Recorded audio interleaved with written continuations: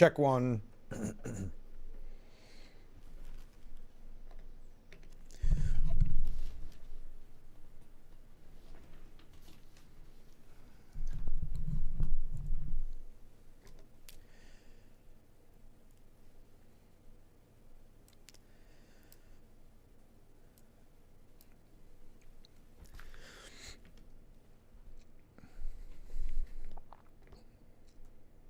Welcome back to Frankly Speaking here on WYDC TV Big Fox. I'm your host.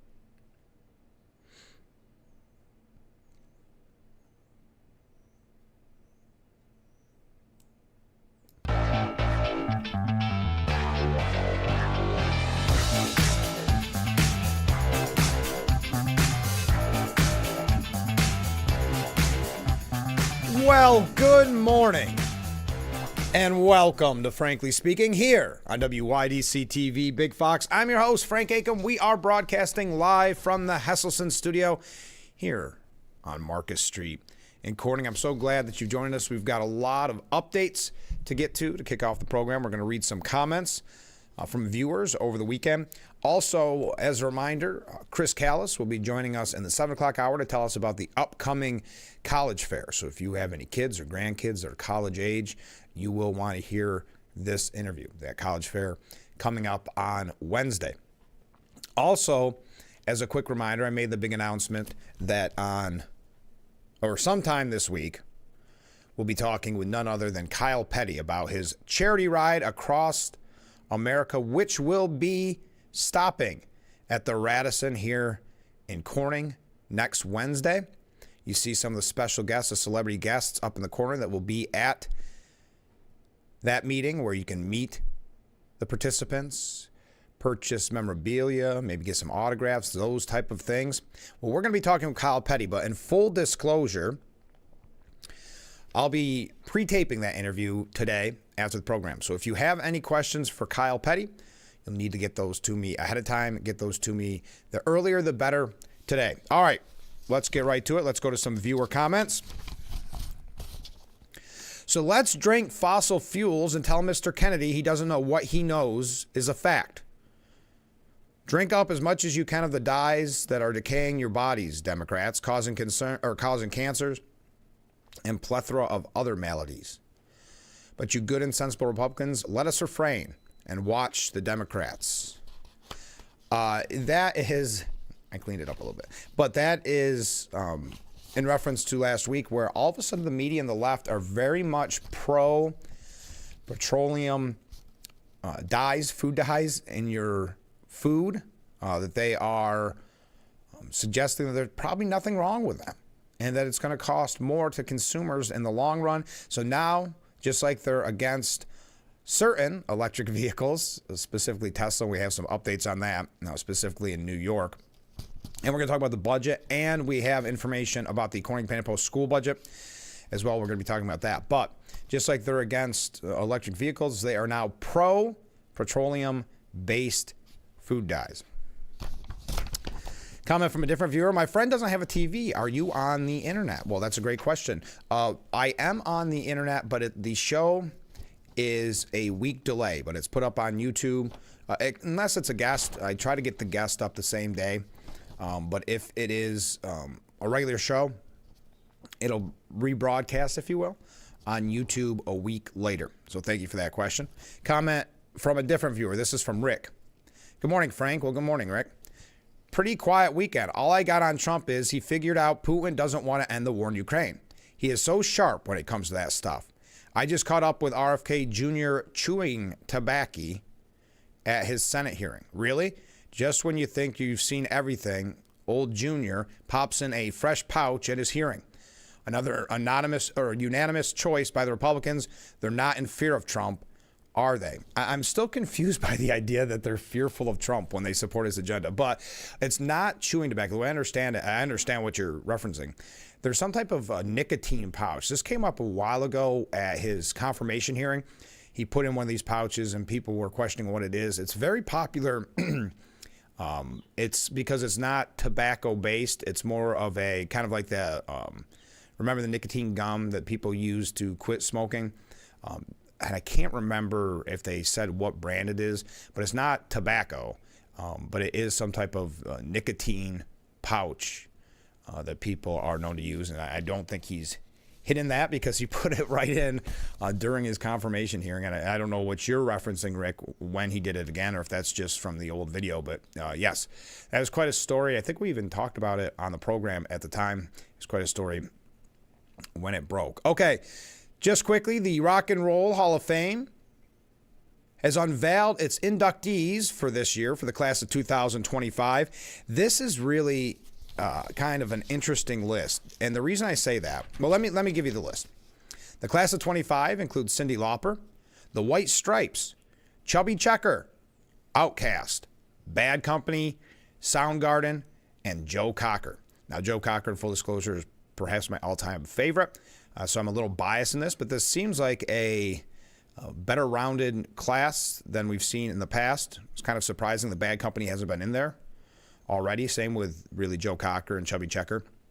But Chubby Checker, I had the pleasure of interviewing him a few times on radio, and there was quite a battle between him and the Rock and Roll Hall of Fame. Him even saying at the time he doesn't want it anymore, that if they're not just going to put up a statue in front of the place, that he's not even interested. I have a feeling he may change his tune, but a very nice guy. Visits our area quite frequently. He's 83 years old, but continues to tour, so hopefully he will be able to perform at the induction ceremony, and I can't remember exactly when that is. But Checker, Joe Cocker, Bad Company, and Outkast were voted in the first time they appeared on the ballot. Soundgarden made it on the group's third nomination, while Lauper and White Stripes prevailed in their voting on their second ballot appearances. Interesting that it took that long. I think, again, there was that fighting and that stubbornness by the Rock and Roll Hall of Fame that didn't want Chubby Checker in. As I said, he took it very personally. He has, as it says here in this piece by Variety, long-standing grievance. But it was more, they say here, by his fans, but it seemed to permeate for Mr. Checker himself. I don't have that interview on me, or I'd play you a clip, but yes, he was not a big fan. The artist who popularized the twist, of course, got in the first time he was put up for it. Hard as it is for many to believe that he wasn't nominated any earlier, after having been eligible since the very first Hall of Fame class back in 1986. So again, the full list, and it's not just those performers that I mentioned, but in the performer category, Bad Company, Chubby Checker, Joe Cocker, which I'm very excited about Joe Cocker. I'm glad that he got in on his first time on the ballot. I can't wait to see the kind of tributes they pay to him.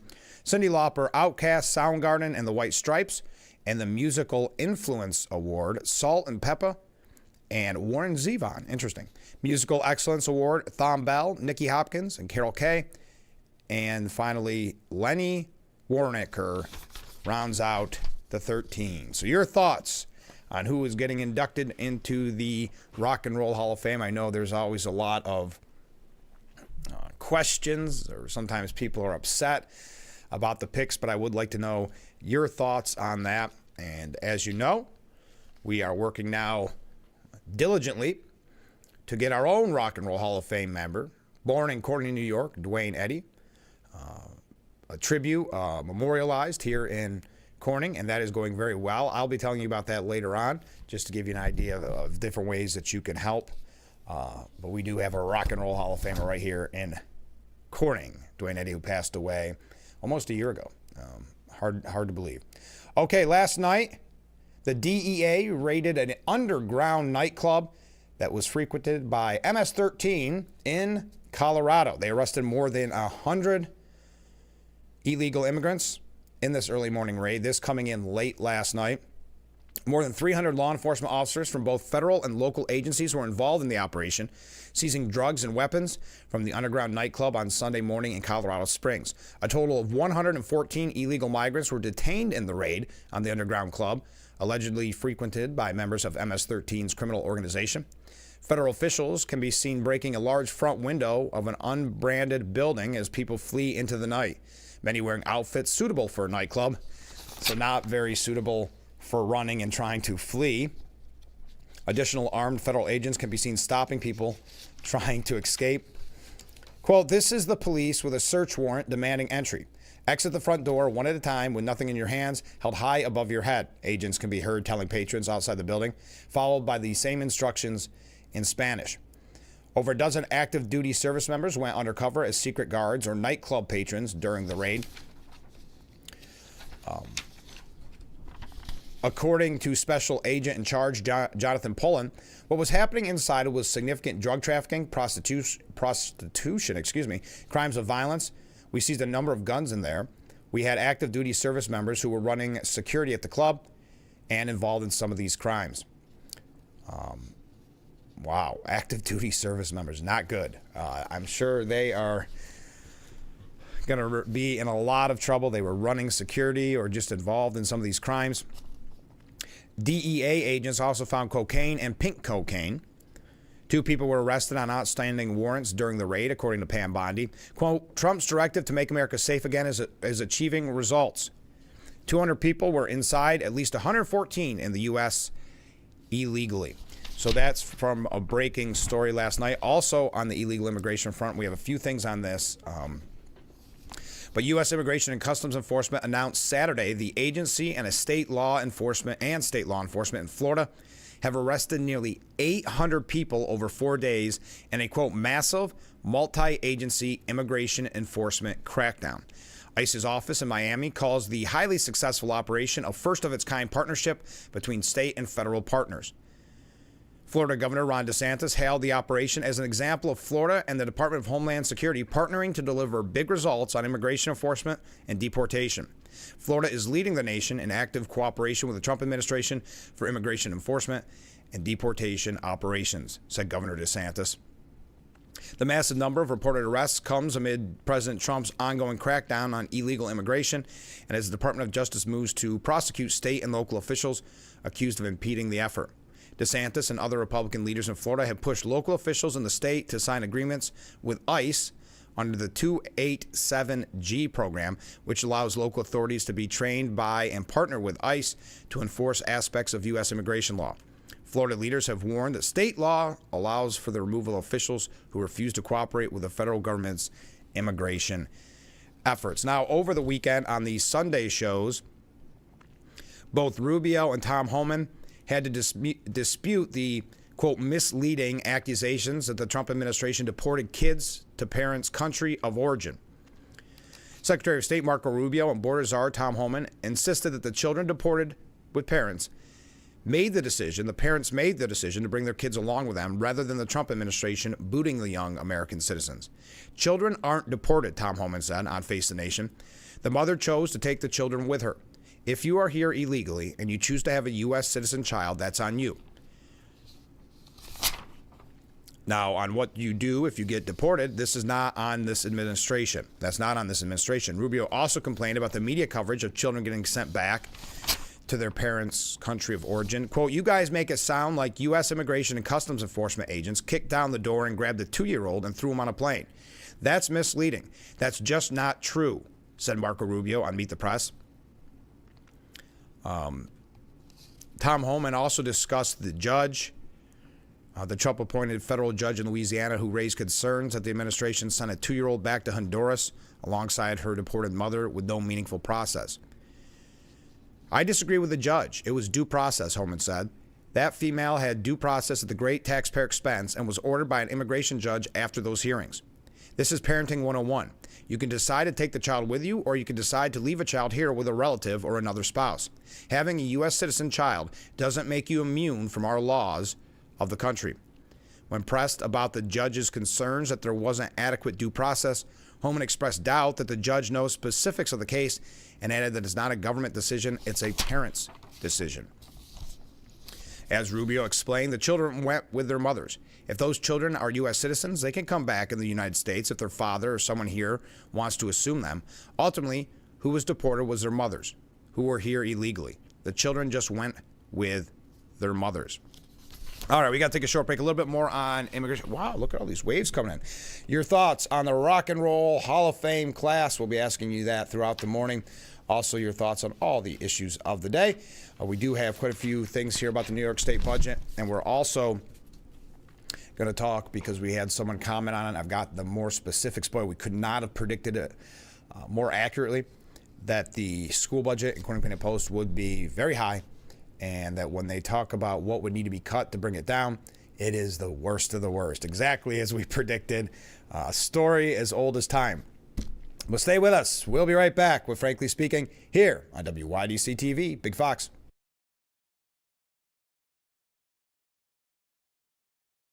Attention, Elmeron may lead to vision loss. If you have suffered vision problems after taking Elmeron to treat bladder pain, call the Hearn Law Firm. Elmeron may be responsible for your vision problems, and you may deserve compensation for your injuries. If you took Elmeron and now have vision problems, call the Hearn Law Firm at 888-308-3866 right now. You could find out if you qualify in less than 2 minutes. Call 888-308-3866 for your free case review. Most hiring algorithms would scream me out. Some bosses couldn't see me as a leader. I've run this place for 20 years, but I still need to prove that I'm more than what you see on paper.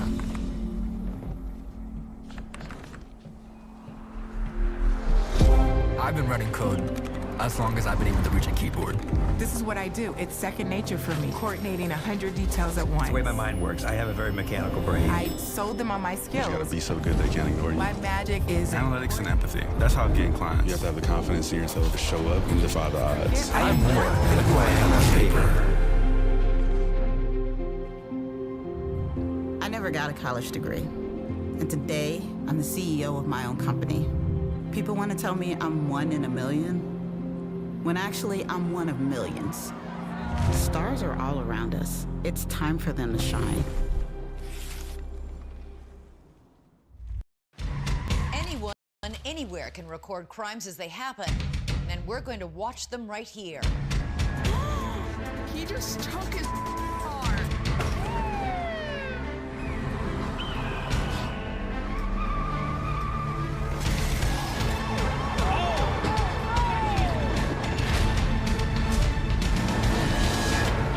With cameras everywhere, you can run, but you can't hide. Watch iCrime.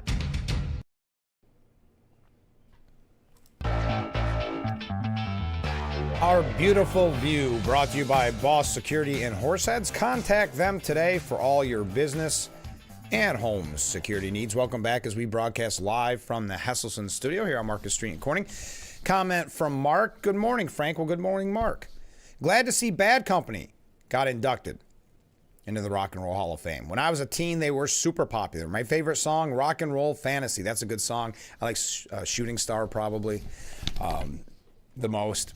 But yeah, nothing better than scanning the radio and hearing a Bad Company song. So I think that was a very good pick. I'm surprised they haven't been in before.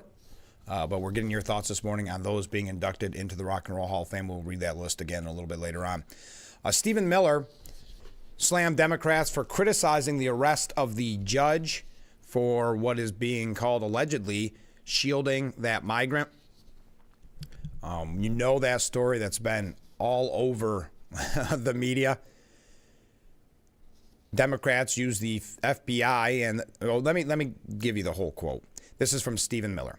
Democrats spent the last 8 years stripping Americans of due process to jail them for protected political activity, illegally spying on the Trump campaign, manipulating and fabricating intelligence, and then criminally leaking it for partisan gain, using the FBI and intelligence apparatus to pursue political enemies, launching a coup against President Trump and his administration, persecuting President Trump, his family, his aides, and his supporters, censoring and deplatforming and blacklisting the opposition, removing opposition candidates from the ballot, maliciously fabricating false allegations to inflict outrageous financial punishments, raiding President Trump's home and seizing his property, and weaponizing the entire legal system for the sole objective of incarcerating the Democrat Party's chief political rival and seeking to illegally obstruct and rig the 2004 election. And now these same Democrats howl with rage when the invasion is returned and those who criminally harbor the invaders and feloniously obstruct their removal are held accountable under the law. The FBI arrested a Wisconsin judge who stood up for due process for immigrants, said Representative Khanna. This is unprecedented. All of us need to stand up and speak out against arresting judges in this country. We are living in a dangerous time. Miller criticized Democrats for defining due process as, quote, felony invasion and obstruction of federal law enforcement to shield criminal illegal aliens from arrest. Now, we've talked about Garcia and El Salvador. That's been a major topic. Well, U.S. Representative Henry Cuellar, he's a Democrat from Texas, and he's a Mexican-American. He says his party is losing credibility with its advocacy of an illegal immigrant the Trump administration alleges is a violent MS-13 member. So he's kind of bucked his party. This is very interesting. I think anybody just studying, forget D or R or just in general, it's kind of like with the food dyes Robert F. Kennedy Jr. wants banned, or whether it's these attack on electric vehicles. There's certain things that to me, or Harvard standing with the anti-Semitism on its campus, which we'll talk about here in just a moment, these do not seem like winning issues to me. So when you have Senator Van Hollen and others visiting El Salvador and praising someone that we know at the very least was here illegally, also know that it is alleged that he was a serial wife abuser, that he was arrested in a car belonged to a human trafficker, looks as if he has ties to MS-13. But this is who certain Democrats have decided to side with. So Henry Cuellar, a Texas Democrat, said, this is not the right issue to talk about due process. This is not the right case. This is not the right person to be saying that we need to bring him back to the United States. Finally, someone with a little bit of a level head here. People who are saying our parents came in the legal way. They came in, became legal residents. They came in and did it the right way. But when you see people jumping in, not knowing who they are, that's something wrong. The president has gotten Mexico to engage a lot more. If he can get them to play defense on their under 20-yard line instead of our 1-yard line called the U.S. border, then the better it is, Cuellar said. So maybe don't hitch your wagon to an alleged MS-13 gang member. Now, the White House released a video that encourages illegal aliens in the United States to self-deport, and it showed several messages from President Trump and Kristi Noem warning them to either self-deport or risk deportation the hard way. In the video that was posted to X, a person could be seen laying on a couch while watching messages from Trump, Noem, and border czar Tom Homan. The song Take Me Home Country Roads by John Denver can be heard playing in the video. People in our country illegally can self-deport the easy way, or they can get deported the hard way. Leave now. If you don't, we will find you and we will deport you. You will never, Noem says before the video on the television again changes. Entering the country illegal is a crime, and we're not going to forgive it, Homan said.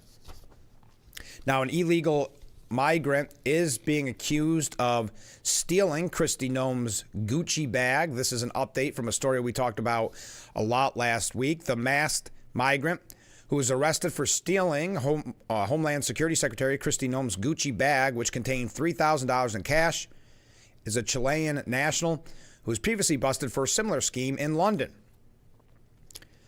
Mario Bustamante Lieva, 49, of Santiago, was arrested on Saturday after he allegedly made off with the luxury shoulder bag while Noem was at an Easter outing with her family. The restaurant was the Capital Burger. Bustamante Levy, who is in the U.S. illegally, is believed to be part of a large East Coast robbery organization. Cops later arrested a second suspect, another illegal migrant, in Miami, and are holding him on a deportation notice while finalizing changes. According to sources, the two suspects allegedly worked together as a pair and have committed similar robbery schemes across the country. Thank you to Secret Service and ICE and our law enforcement partners for finding and arresting the criminal who stole my bag on Easter Sunday as I shared a meal with my family at a Washington, D.C. restaurant. This individual is a career criminal who has been in our country illegally for years. Unfortunately, so many families in this country have been made victims by crime, and that's why President Trump is working every single day to make America safe and get these criminal aliens off of our street. U.S. Attorney Ed Martin said it's not likely that Noam was targeted based on her high-profile position, adding that the suspects were probably attracted to the pricey Gucci bag, which also contained her driver's license, passport, DHS badge, and apartment keys. It was, frankly, a nice-looking purse. This was not an amateur. This was a person, a thief, that knew how to do this. You could see how he scouted the room out, Martin said. Boy, what do you think? Okay, you steal that Gucci purse, and you get it back home to your safe house. What is your first reaction when you open it up and you see Noam's driver's license and badge? You may have realized you've bitten off more than you can chew at that point. Bustamante Levy was previously arrested in 2015 for a 5-month robbery spree in London, where he made off with nearly $28,000 worth of phones, wallets, and computers, according to a report from the Daily Mail. President Trump's direction to us is we charge these folks that are here illegally, and we prosecute them, as well as deport them when we need be. As soon as that can happen. What I can tell you is he won't be back on the streets of America. So identified as a serial criminal from Chile. Well, I didn't know that when they said that he was wearing the N95 mask. I had my doubts that they'd be able to catch him. But luckily they did. Again, imagine opening up that purse and realizing you may have made a gigantic mistake. Again, asking the question, what do you think about the Rock and Roll Hall of Fame in general and their inductees for the class of 2025 announced just yesterday? The class 4 performers include Bad Company, Chubby Checker, Joe Cocker, Cyndi Lauper, Outkast, Soundgarden, and the White Stripes. Your thoughts? All right. Also, don't forget, after the program today, I'm going to be pre-recording an interview with the legendary Kyle Petty. If you have any questions for Kyle Petty, please send those in to me before the end of the program, if you don't mind, because I'm going to be wrapping up my own questions and getting ready for the interview later today. All right, a lot more to cover. We're just getting warmed up, and it is going quickly, and we are running late. We're having a fun time on this Monday morning. Thank you for joining us. A lot of waves coming in. Keep those comments coming in, and we'll be right back with Frankly Speaking.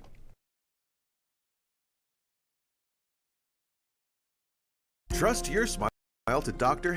Hench's at either Watkins Glen, Elmira, Horseheads, or Elkland Family Dentistry. All 4 locations provide cutting-edge technology to make sure your visit is comfortable and stress-free. Dr. Hench's offers treatment in all areas of dentistry, including same-day crowns, implants, root canals, oral surgery, and treatment for all ages. For the best dental care in the region, trust Dr. Hench's and his staff at Watkins Glen, Horseheads, Elmira, and Elkland Family Dentistry. Call any one of his offices today or visit them online for more information.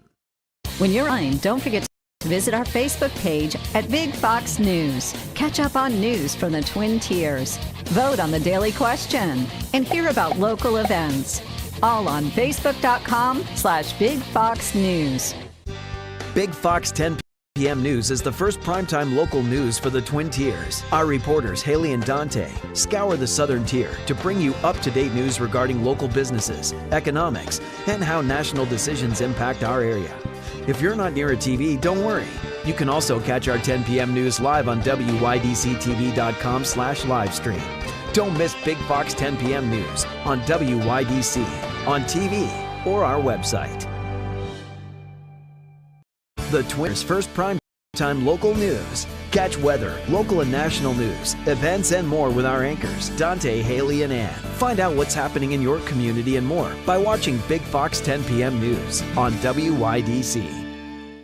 The Big Fox website is here now. WYDCTV.com. Local and national news that keeps you informed and involved. WYDCTV.com. Today's weather, up to date and in your town. WYDCTV.com. Sports news, local events, and health stories that affect you. WYDCTV.com. The Big Fox website. Your news here now. WYDCTV.com. The Frankly Speaking Roof Cam, brought to you by Boss Security in Horseheads. Contact them today for all your business and home security needs. Welcome back as we broadcast live from the Hesselson studio. Comment from a viewer: if they're an illegal alien stealing a purse from a politician, they probably didn't even realize it, even after looking at the license, who they had taken it from. I doubt they were watching the news. Yeah, but wasn't the badge in there too? You're going to see, well, a Homeland Security badge, at least I would hope, raises a few red flags. A few things here. Oh, for those Philadelphia Eagles fans, the Super Bowl champs will be visiting the White House today, so we'll keep an eye open on that. Probably talk about it tomorrow.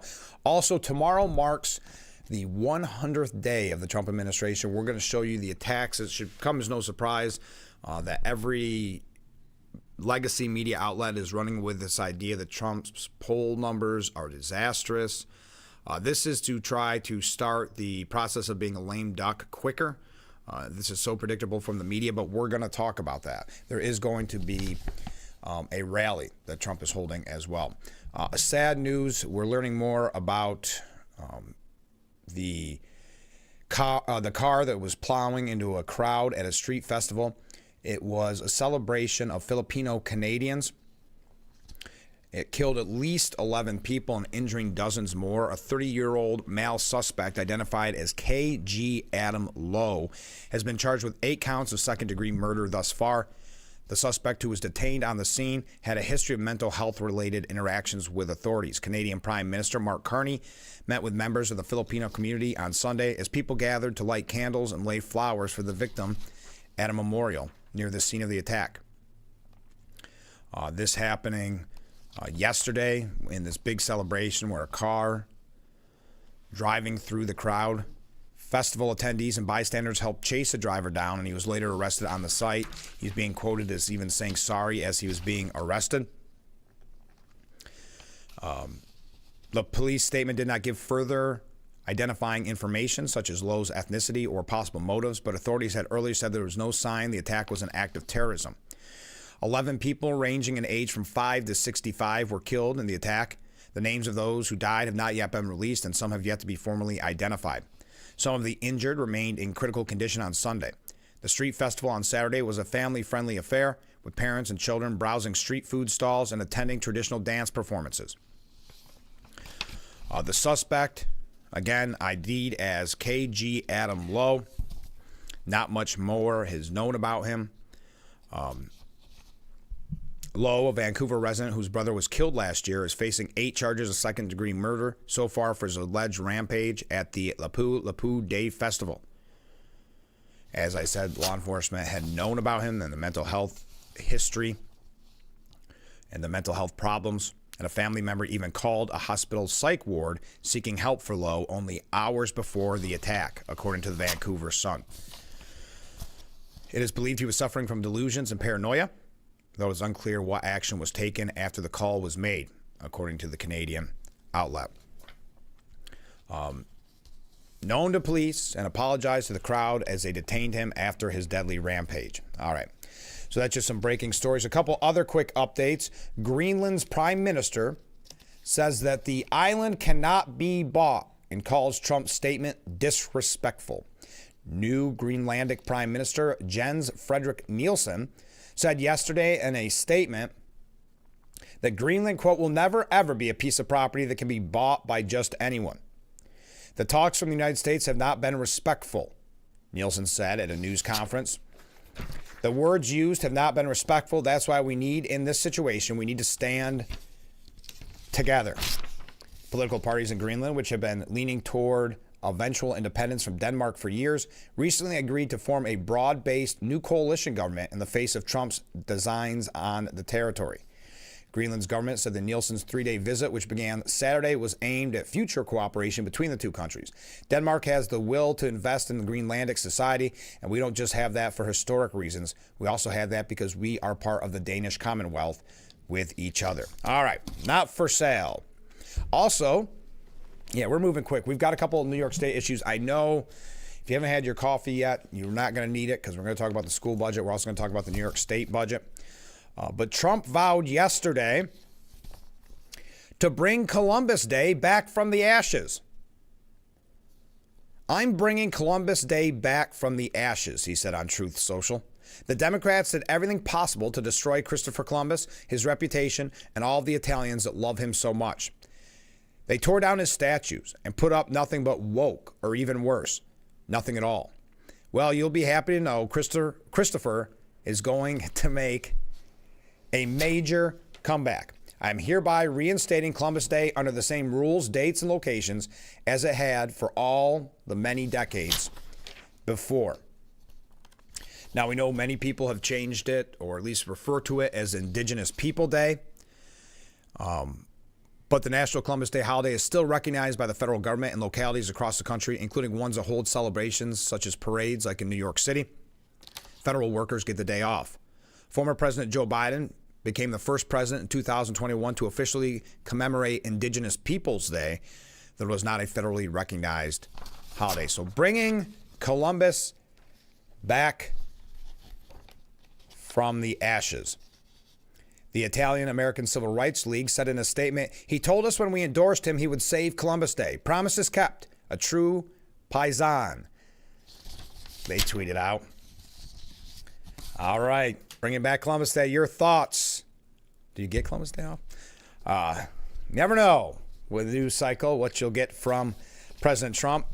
We're going to talk a couple things here about the anti-Semitism that has unfortunately run amok on college campuses, but also in the streets. We're going to give you an update on that. We are going through a lot of things quickly. Again, asking you the question this morning, what your thoughts are on the Rock and Roll Hall of Fame inductee class of 2025 with Bad Company, Chubby Checker, Joe Cocker, Cyndi Lauper, Outkast, Soundgarden, and the White Stripes. All right, got to take a short break. Stay with us. Keep those waves, keep those comments coming in. And we'll be right back with Frankly Speaking here on WYDC TV. Big Fox. If you or a loved one regularly used hair relaxers or straighteners and were diagnosed with uterine, ovarian, or endometrial cancer, you may be entitled to significant financial compensation. I've used hair relaxers for years. I had no idea they could cause cancer. Chemical hair relaxers and straighteners have been linked to serious conditions, including several types of cancer. If you used hair relaxers and have been diagnosed with uterine, ovarian, or endometrial cancer, call us now. There's no fee unless we win your case. Call today. Anyone, anywhere can record crimes as they happen, and we're going to watch them right here. He just took his car.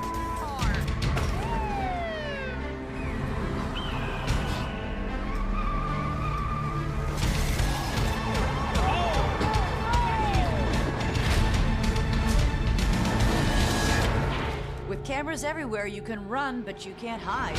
Watch iCrime.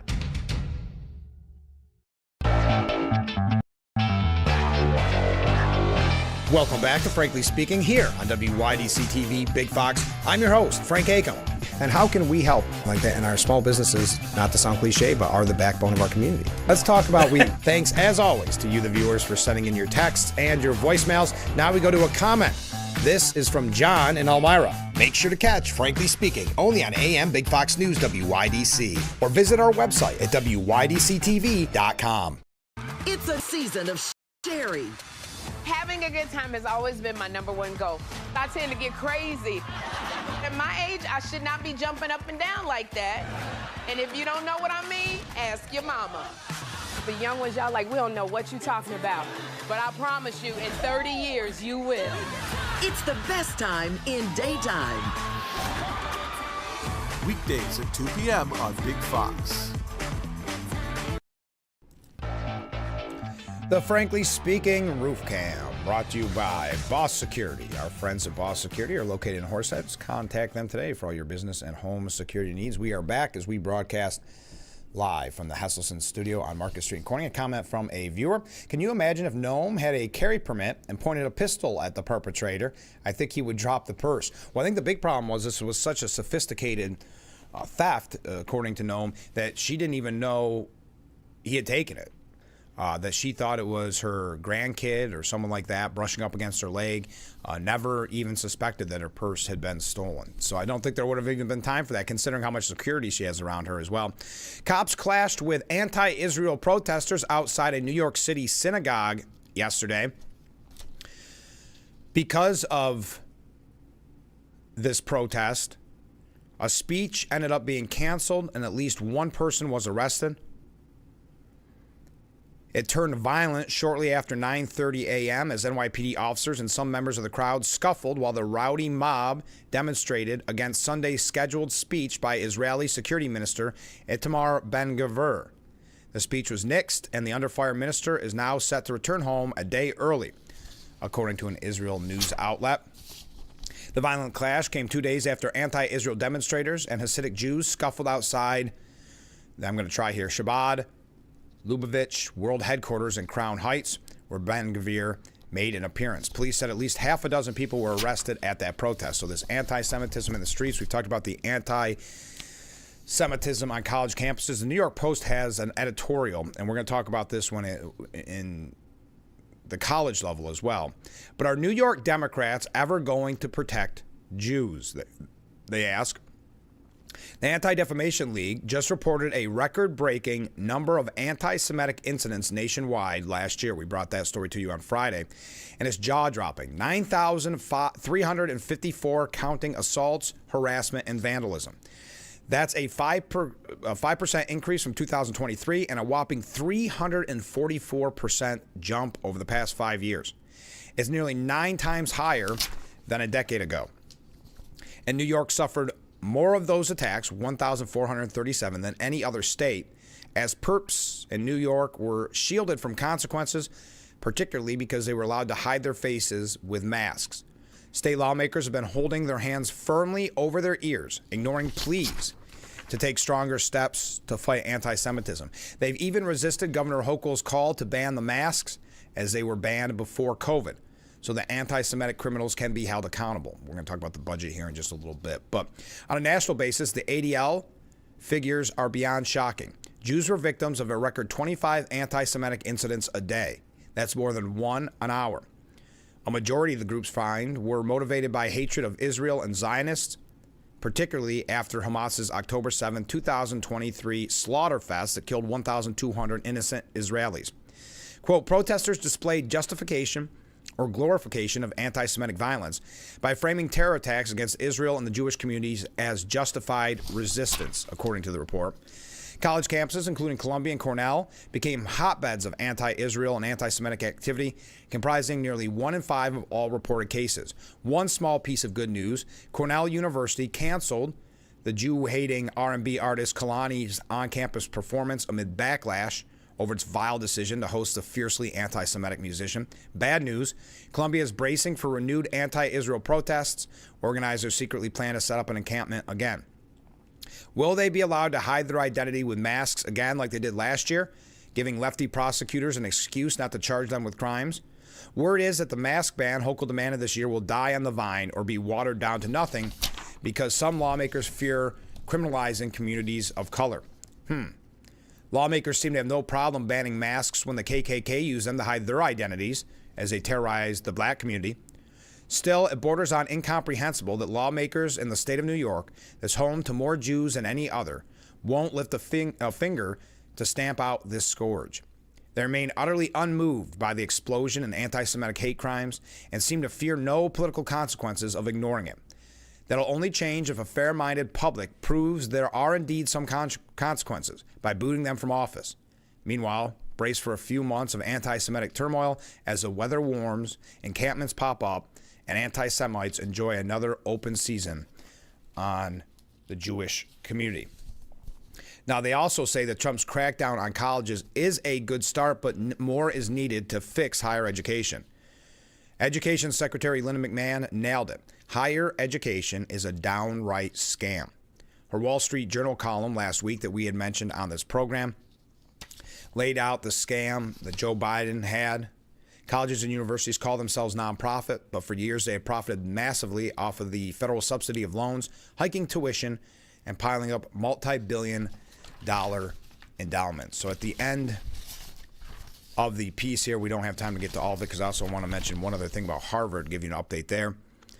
Yeah, plenty of universities do a commendable job, not only educating young adults, but turning out valuable research, particularly in the hard sciences. But too many have become money-focused, leftist bastions that inflame hatred, often along racial, ethnic, or religious lines. They push social activism over actual knowledge.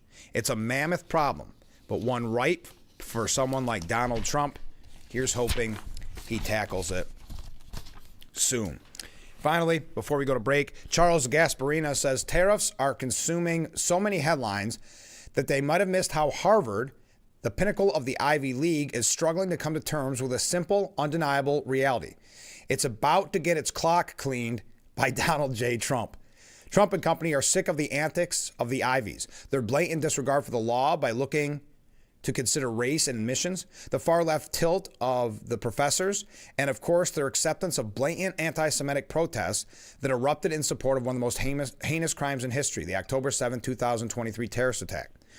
Trump wants all the above to stop, and to make it happen, he is now throttling federal funds and threatening their tax-exempt status, while the GOP Congress takes aims at school endowments, those large piles of investable cash that go a long way in keeping the lights on. And if you understand the endowment system, along with the array of weapons Trump has at his disposal, you will also appreciate that Harvard has almost no choice in this battle but to capitulate, just like Columbia, another hotbed of anti-Semitism, which has announced a set of sweeping changes to campus life and curriculum.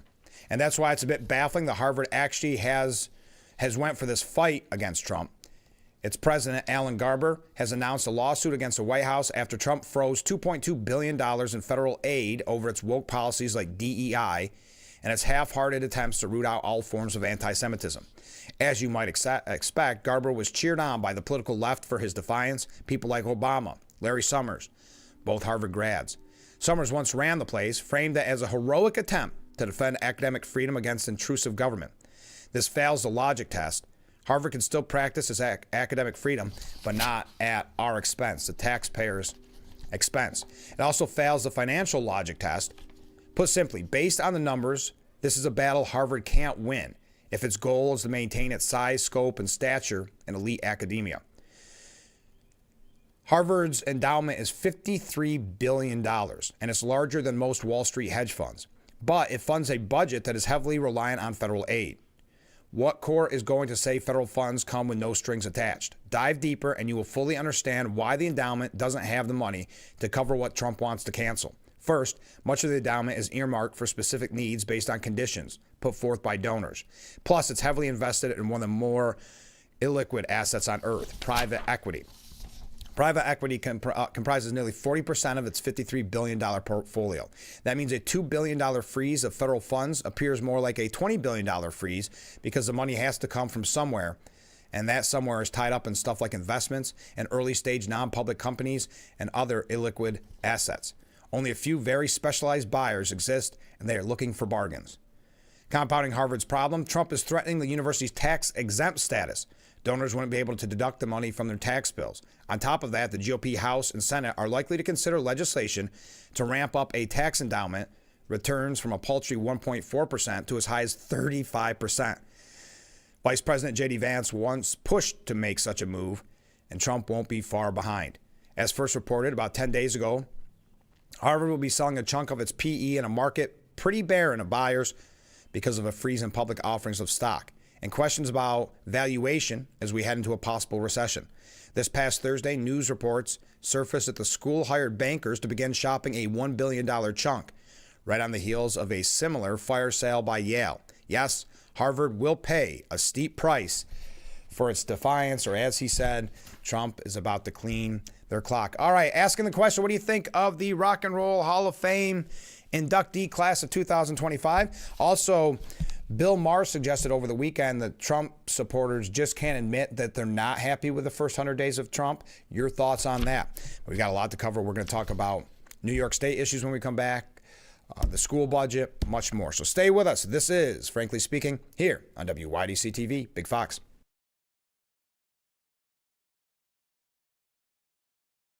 You don't have time to go to the gym? The health club is not an option?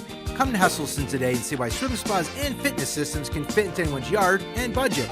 12-foot, 14-foot, 15-foot, 18-foot dual temperature hot tub and swim spas are all on display in Hesselson's indoor and outdoor showroom.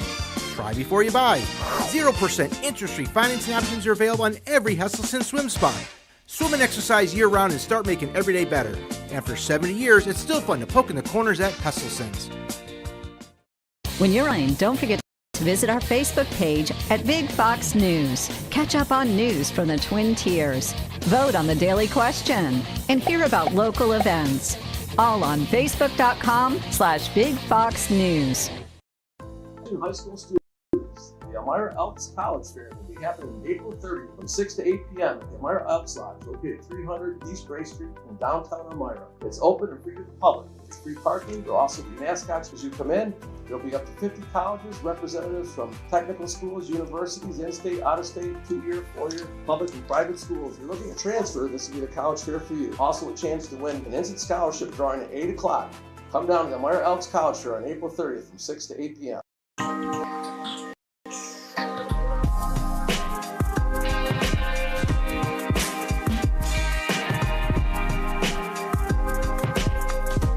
Haley Livingston, Big Fox News.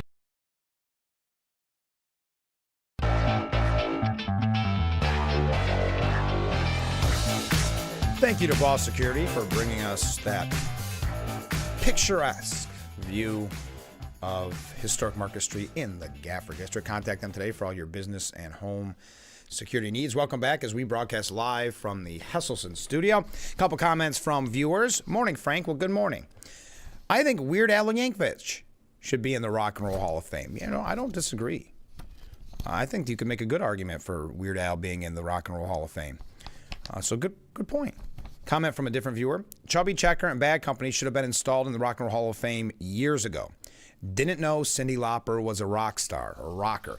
Yeah, that's where it gets a little tricky, and that's where there's a lot of criticism. I mean, Outkast is a rap group. I mean, I like Outkast, but they're getting inducted. So there's always that question surrounding, I guess, the loose definition of Rock and Roll Hall of Fame. But if you are joining us for the first time right now in this broadcast, here are the performers that are getting into the Rock and Roll Hall of Fame. Bad Company, Chubby Checker, Joe Cocker, I'm excited about that one, Cyndi Lauper, Outkast, Soundgarden, and the White Stripes. So thank you for that. I agree with you. Chubby Checker, Bad Company. I would even argue Joe Cocker should have been in years ago as well. So as we've been talking about the town halls, and I keep saying that they're not being done in good faith, they're being used as a way to criticize Republican congresspeople.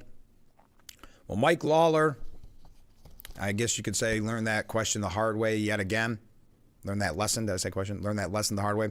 Rough night for Republican at Town Hall in New York Swing District. You see this beautiful headline. This is going to show you that everybody now hates Trump. Representative Mike Lawler faced shouts, groans, and mockery at a high school auditorium. So when you're demanding that your representative give a town hall, are you doing it so that you can get that headline, or are you doing it so you can have the conversation and have the real discussion? You know my thoughts on this. I believe that this is not being done in good faith. They want to, as it says here, shout, groan, and mock the representative. No one was expecting a love fest when Mike Lawler, who many speculate may be running for New York State governor, faced constituents in a suburban swing district last night. Still, even he seemed surprised by the night's first clash over the Pledge of Allegiance. Mr. Lawler said, "Please tell me you're not objecting to the Pledge of Allegiance," after some members in the audience inside this high school auditorium audibly groaned when he suggested that they recite it. They acquiesced, and several hundred attendees labored to their feet to say the pledge, but not without indicating why they believe its words had come to ring hollow. Quote, "Authoritarian," one man yelled, in an apparent reference to President Trump. This coming from the New York Times. "Support the Constitution," bellowed another. So it went for nearly 2 hours as Mr. Lawler, one of the House's most vulnerable Republicans and a potential candidate for governor of New York, faced a torrent of criticism from liberal constituents over almost everything from Republicans' multi-trillion-dollar tax cut plan to how brightly the room was lit. It was a scene that has repeated itself across the country over the past 2 weeks for the small group of Republicans who have defied party leaders' advice and convened feedback sessions with the people they represent. Many of them anxious, angry, and primed to vent over a president who they believe is acting with unchecked power. And I know we talked on Friday's program that some who had tuned in, or I don't know if you'd call it that, called in to Representative Langworthy's teletown hall. I think they said there's like over 1,000 people on that call. That was being hijacked by kind of the angry left groups. By turns combative and catty, this particular civic exercise in New York's 17th congressional district looked less like the kind of respectful town hall conversation Americans venerate than a shouting match where both sides accuse the other of acting in bad faith. There are moments that offered attendees insight into Mr. Lawler's thinking. One of the few Republicans who represent a Democrat-leaning district, he is poised to exercise outsized sway in the narrowly divided House this spring as his party tries to pass an enormous tax and spend cut plan. When it comes to Medicaid, I have been very clear. I'm not cutting benefits for any eligible recipients. He urged his questioners to disregard a budget blueprint he recently voted for that called for slashing $2 trillion in federal spending, potentially including to cuts in Medicare. That is as good as the paper it's written on. The congressman got a rare round of applause when he defended the use of vaccines and criticized Mr. Trump's health secretary, Robert F. Kennedy Jr. The fact is, where I disagree, I have no problem saying it and pushing back against the things they're saying. As if to prove it, Mr. Lawler said he believed the Trump administration was wrong to deport a 2-year-old U.S. citizen to Honduras and criticized the White House for ignoring court orders to return others already wrongly sent overseas. So he is buying into the media's mislabeling of the deportation of a 2-year-old. But for much of the night, acrimony carried the room. See, that's the problem when someone like Lawler, and I'm not going to be overly critical of Lawler, but that's what they want. They want him to concede on certain points when they will not concede on their points, where they will dig in their heels. Many in the crowd, which included only verified residents of his district, broke out into outright laughter. Some yelling blah, blah, blah. If you take the opportunity to listen rather than yelling, you might actually hear what you want to hear, he said. You've told us what the administration should do, said one town haller.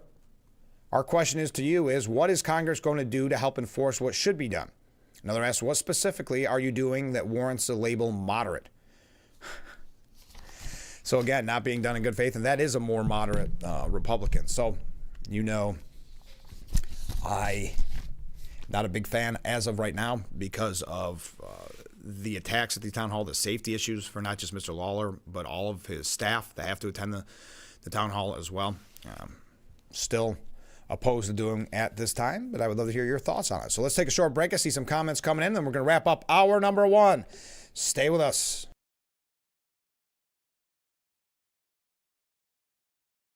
Attention, Elmaron may lead to vision loss.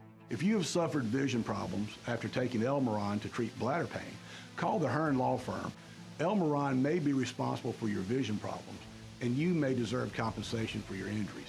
If you took Elmaron and now have vision problems, call the Hearn Law Firm at 888-308-3866 right now. You could find out if you qualify in less than 2 minutes. Call 888-308-3866 for your free case review.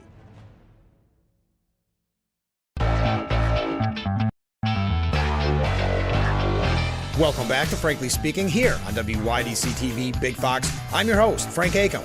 And how can we help like that in our small businesses, not to sound cliche, but are the backbone of our community? Let's talk about we. Thanks, as always, to you, the viewers, for sending in your texts and your voicemails. Now we go to a comment.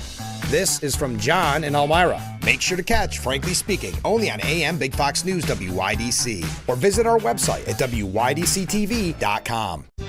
Big Fox 10 p.m. News is the first primetime local news for the Twin Tiers. Our reporters, Haley and Dante, scour the southern tier to bring you up-to-date news regarding local businesses, economics, and how national decisions impact our area.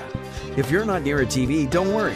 You can also catch our 10 p.m. news live on WYDCTV.com/livestream. Don't miss Big Fox 10 p.m. news on WYDC, on TV, or our website.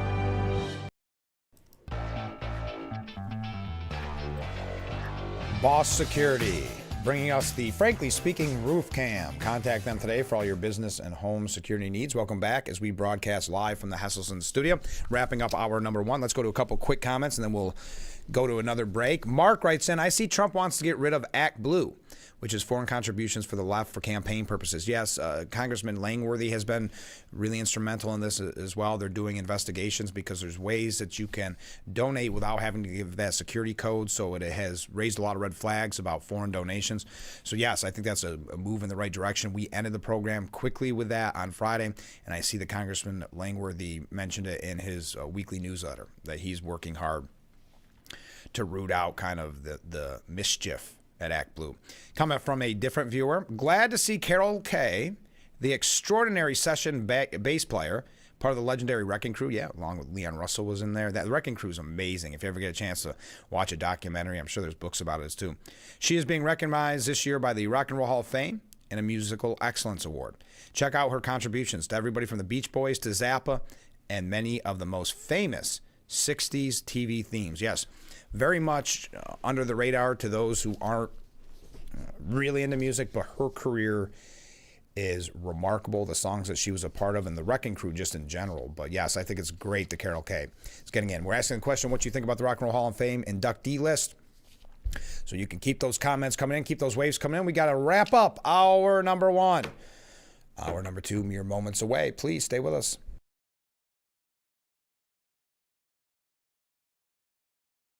William Mattar has earned a reputation for being a straight shooter. Because I am a straight shooter. For being honest. Here's what we're willing to pay. Because I am honest. For winning a lot. Because we win a lot. If you've been injured in a motor vehicle accident, it matters who you hire. It matters in the experience as well as the results. Call William Mattar. Visit williammattar.com. When you're online, don't forget to visit our Facebook page at Big Fox News. Catch up on news from the Twin Tiers. Vote on the daily question and hear about local events. All on Facebook.com/Big Fox News.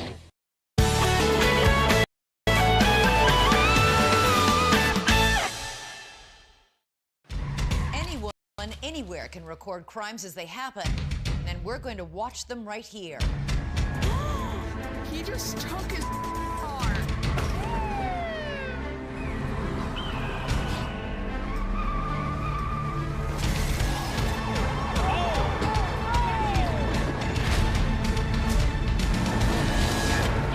With cameras everywhere, you can run, but you can't hide. Watch iCrime. The Twins' first prime-time local news. Catch weather, local and national news, events, and more with our anchors.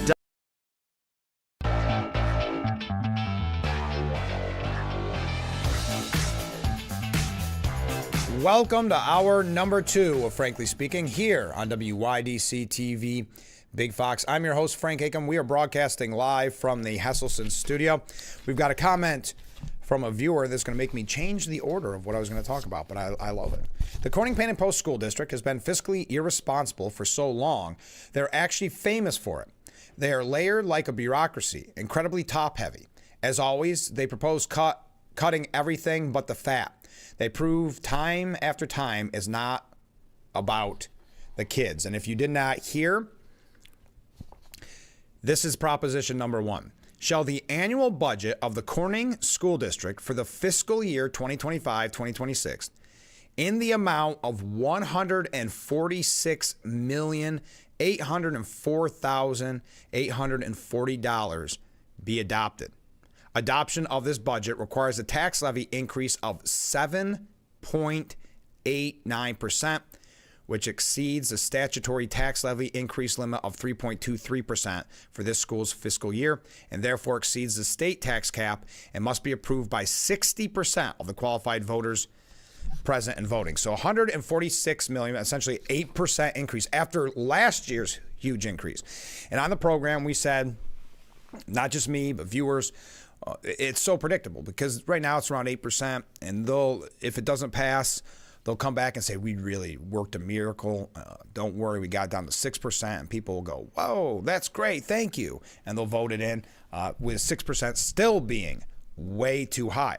And by the way, that's on top of another proposition, which is going to cost $977,000, just to add insult to injury. But I said at the time, when we first learned that there was going to be an increase, and I had heard from good sources that it was going to be a big increase like this, I said, well, the first thing that they're going to say is if they have to keep it at that 3.23%, they're going to have to cut the worst things, the worst, the arts, the sports, the resource officers. Boy, did they play right into our prediction. What would we need to reduce or eliminate to stay within the tax cap? Assistant principals assigned to 11 months. Data privacy officer assigned to 11 months. Deans assigned to 10 months. And ready for this? School resource officers, but not just school resource officers in every school. No, school resource officers just in the elementary school. So no police protection in the elementary. This is so predictable. So utterly predictable. When it comes to instruction, they would need to eliminate alternative education program, Center for Home Teaching, Chromebook replacement cycle, High School Learning Center, International Baccalaureate Diploma Program, International Baccalaureate Middle Years Program, STEM Program, enrollment freeze, summer school, sure, supervisor of special education assigned to 11 months, teaching assistants, testing and data coordinating assigned to 11 months, and finally, extracurricular activities and opportunities they would have to cut before and after school clubs, K through 12. Yes, before and after school, all clubs. Elementary band, grades 4 and 5. Oh, the band, okay. Interscholastic gymnastics. Middle school intramurals, which is grades 6 through 8. Modified sports athletic manager for boys and girls basketball, boys and girls cross country, boys and girls lacrosse, boys and girls soccer, boys and girls swimming, boys and girls tennis, boys and girls track and indoor and outdoor, boys and girls wrestling, baseball, cheerleading, football, softball, volleyball, and the performance band. I hope they weren't listening to this program and I gave them the idea, but isn't that exactly what we said? That they were going to have to cut the things that would tug at your heartstrings the most to keep it within a reasonable amount. Right now, they're looking at a 7.89% increase. They're asking you to vote for that to over 146, essentially $147 million for the Corning Painted Post School District. Now, I know on this program and people just in the streets saying, and the polls show it, that people can't afford to live in the state any longer. The costs are too exorbitant, the taxes too exorbitant, but yet it seems as if when you have an opportunity to decide whether or not your taxes go up, not you, but many, when your taxes go up, the vote eventually goes for yes for the kids.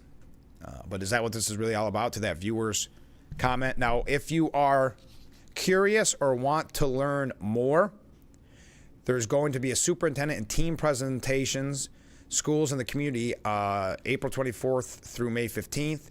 The budget newsletter will be in your mail somewhere around May 8th.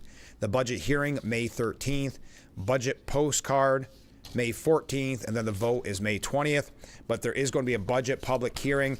Mark your calendars. Tuesday, May 13th at 6:30 at the Corning Painted Post High School cafeteria. So again, coming as no surprise what they are going to cut or make you think that they would have to cut if you don't pass this budget. Now, if this budget doesn't pass, then the real scare tactics will come out because they don't want to go to they don't want it to fail twice to then go to that comprehensive plan. So there you go. No surprise. I know many are outraged and rightfully so. But this was predicted on, I think, last week or the week before his program. But $147 million for the Corning Painted Post School District, a 7.89% increase coming off the heels of a major increase last year as well. Don't forget, coming up in a little bit, we're going to be talking with Chris Callis about the upcoming college fair at the Elks Club. That'll be on Wednesday. You'll learn all about it in about 15 minutes here, 10, 15 minutes here. And also, I keep mentioning, but I'm really excited about this. In full disclosure, we're going to be recording an interview after today's broadcast with Kyle Petty, the legendary Kyle Petty, because he has this charity ride across America, which is making a stop at the Radisson here in Corning on Wednesday the 7th at 3:45 p.m. And you can see some of the people that will be in attendance at the Radisson. Richard Petty, that's cool. Herschel Walker, you see the whole list there. If you have any questions you would like, I can't guarantee I'll get to them, Mr. Petty, please send them along before the end of the program today, because I'm going to try to compile all of yours and mine and get ready for the interview, which is pretty quick after the program. We've been also asking you the question this morning, do you like or dislike the Rock and Roll Hall of Fame inductee list? We have Bad Company, Chubby Checker, Joe Cocker, Cyndi Lauper, Outkast, Soundgarden, The White Stripes, with the Musical Influence Award going to Salt and Peppa and Warren Zevon. Musical Excellence Award, Thom Bell, Nicky Hopkins, and Carol Kay.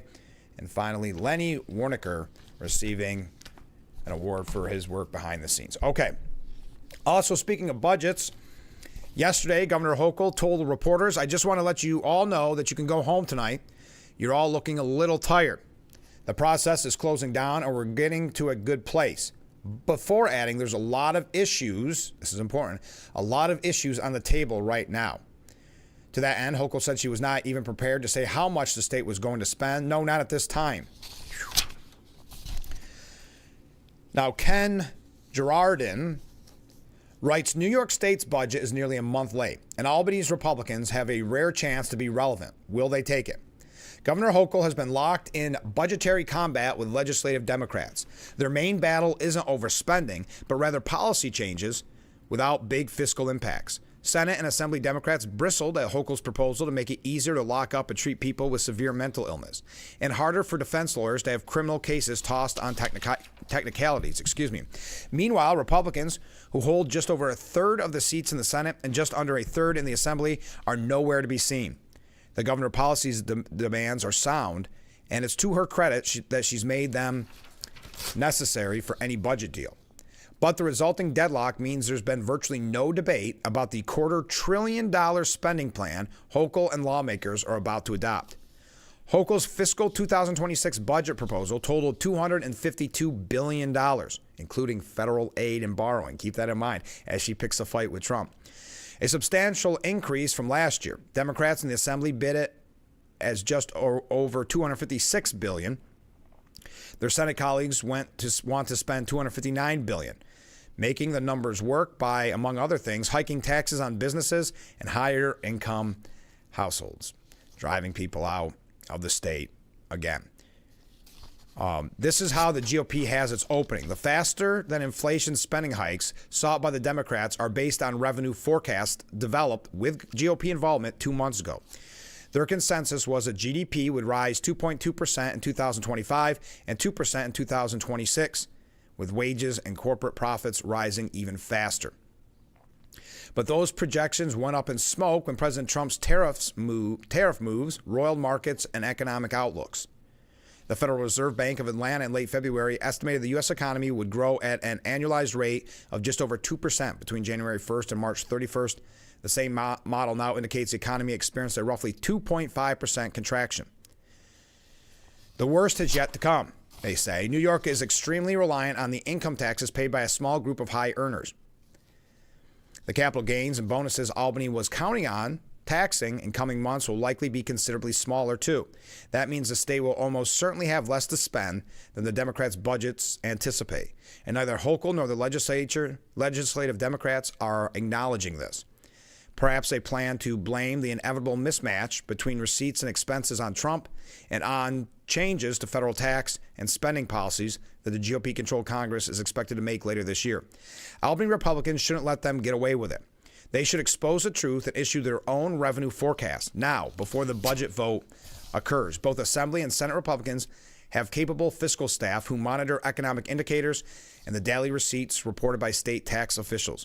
They must sound the alarm about the state's fiscal danger before Hochul and their spendthrift colleagues hike spending to even less sustainable levels. There's one downside. Telling the world that New York needs to curb spending risks upsetting some of the special interests that have allowed it to balloon in the first place. The GOP's strategy in recent years has focused on survival. That has meant trading its criticism of the cost of government for political endorsements from public employee unions. When Hochul tried to update New York's decade-old school aid formula, Albany Republicans locked arms with the teachers' union to oppose it. They blame irrelevance allows inconsistency. Albany Republicans push for more spending while bemoaning the tax burden. Where has that gotten them? Would New York be measurably different in any way if GOP lawmakers had spent the last 24 hours in Greenland instead of its government? Albany Republicans, almost to a man, remain unwilling to talk about the policy choices that made New York's public school system, or its Medicaid program, or its transit system the nation's most expensive and without better results for long-suffering taxpayers. But these conversations will become necessary if and when state revenues don't match the budget expectations. So there's your update on the budget. We're going to talk a few things here about, well, I'm running late. Stay with us. We'll be right back. We'll read your comments when we come back.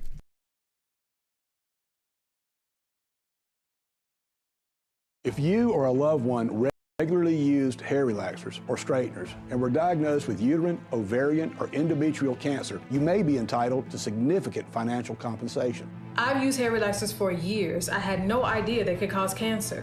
Chemical hair relaxers and straighteners have been linked to serious conditions, including several types of cancer. If you used hair relaxers and have been diagnosed with uterine, ovarian, or endometrial cancer, call us now. There's no fee unless we win your case. Call today. Harder makes it hard to keep your home looking like the work of art you've always envisioned it would be. Culligan softeners reduce hard water buildup and your cleaning time, transforming every drop, every splash, every rinse into the fine art of a long-lasting clean. With a Culligan water softener, revel in the breathtaking beauty of your home, just the way you've always pictured it. Culligan, water you love. Welcome back to Frankly Speaking here on WYDC TV Big Fox. I'm your host, Frank Acom. And how can we help like that in our small businesses, not to sound cliche, but are the backbone of our community? Let's talk about Thanks, as always, to you, the viewers, for sending in your texts and your voicemails. Now we go to a comment. This is from John in Elmira. Make sure to catch Frankly Speaking only on AM Big Fox News WYDC or visit our website at WYDCTV.com. Fox 10 p.m. News is the first primetime local news for the Twin Tiers. Our reporters, Haley and Dante, scour the southern tier to bring you up-to-date news regarding local businesses, economics, and how national decisions impact our area. If you're not near a TV, don't worry. You can also catch our 10 p.m. news live on WYDCTV.com/livestream. Don't miss Big Fox 10 p.m. news on WYDC, on TV, or our website.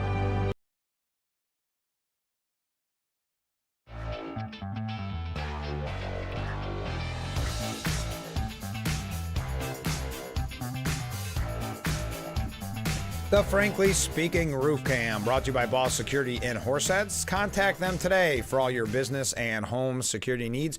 We are back, broadcasting live and proudly from the Hesselson studio here on Market Street in Corning. Let's go to some viewer comments. Democrats are against peace in Ukraine, so I hope Trump can use Wartime Act for a third term. Oh, you just made a lot of people angry, viewer.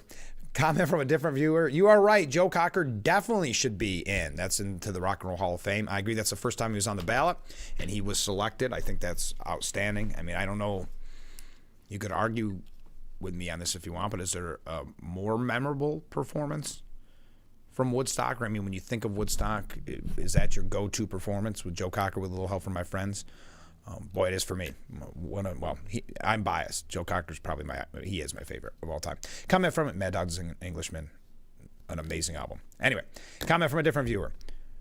Should schools cut, let me try that again, or schools could cut administrative salaries and administrative positions. Problem solved. And that's one thing they will not talk about. Instead, they're talking about the resource officers, meaning the police, in the elementary school, making sure that they just focus on the elementary school. Unbelievable. The after-school activities, et cetera, et cetera. Thank you. Comment from Ken. Ken writes in, I got a kick out of the left's hypocrisy yesterday on the Sunday shows. They were chiding Marco and Holman on the administration deporting children. Both men noted that the women being deported wanted the children with them, and that if they had kept the children in the country, the headlines would be that they were separating children from their mothers. You're exactly right, Ken.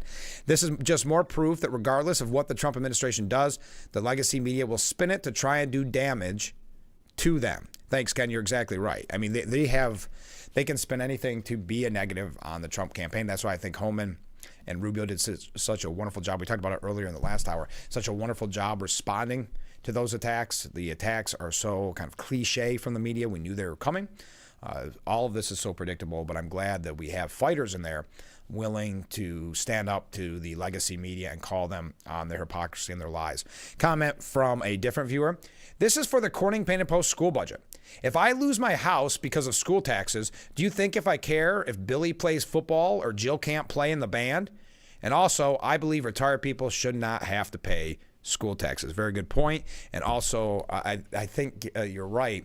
At a time when people are leaving the state in droves, and we're talking about a $250 billion budget for New York State, this is an opportunity where taxpayers actually have a say in whether or not their taxes increase. Will they vote for that increase?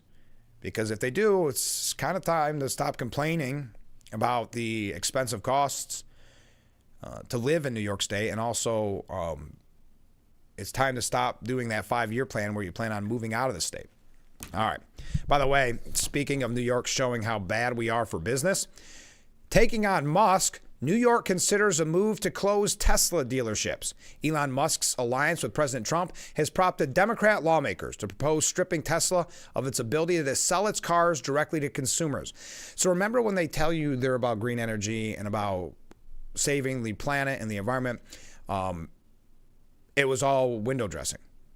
They now want to punish electric vehicle mandates. So it's all, at the end of the day, it's not about the planet. It's not about anything else other than pure partisan politics. I don't want to go through all this because they have all these pieces where people are upset that they have one now because it used to be a status symbol, kind of that virtue signaling. Now it's the opposite. So New York is moving to shutter Tesla dealerships to punish Musk for having the audacity to take a volunteer job helping to root out waste, fraud, and corruption. New York State Senator Patricia Fay and other lawmakers are fighting to remove a waiver that allows Tesla to operate 5 in-person dealerships in New York, instead forcing the company to sell their vehicles through dealer franchises. Quote, no matter what we do, we've got to take this from Musk. He's a part of an effort to go backwards. So showing again, just like the climate change Superfund bill that Hochul signed in and said, oh, I know you followed all the rules 100% correctly, fossil fuel companies, and you went through all the red tape and bureaucracy. We are still going to fine you billions of dollars now that you're not in favor with us. Same here. We wanted you here because you were pushing electric vehicles. And we support electric vehicles. Not anymore, because Musk's name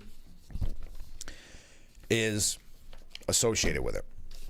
All right, we got to take a short break because we're going to be talking with Chris Callis. Then we have a couple updates on the Democrat Party, Bernie Sanders giving some interviews over the weekend. James Carville. I asked the question because Bill Maher mentioned it on his program. He says MAGA voters won't admit how disappointed they are in Trump's first 100 days. So if you are a Trump supporter, are you disappointed? Also, what are your thoughts about the Rock and Roll Hall of Fame inductee class of 2025? We've been receiving some good responses on that. But coming up next, we're going to be talking with Chris Callis about the job fair. So stay with us. This is Frankly Speaking here on WYDC TV, Big Fox. We will be right back.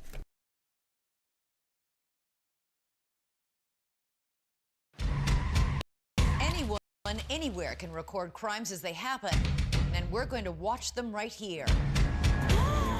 He just took his car.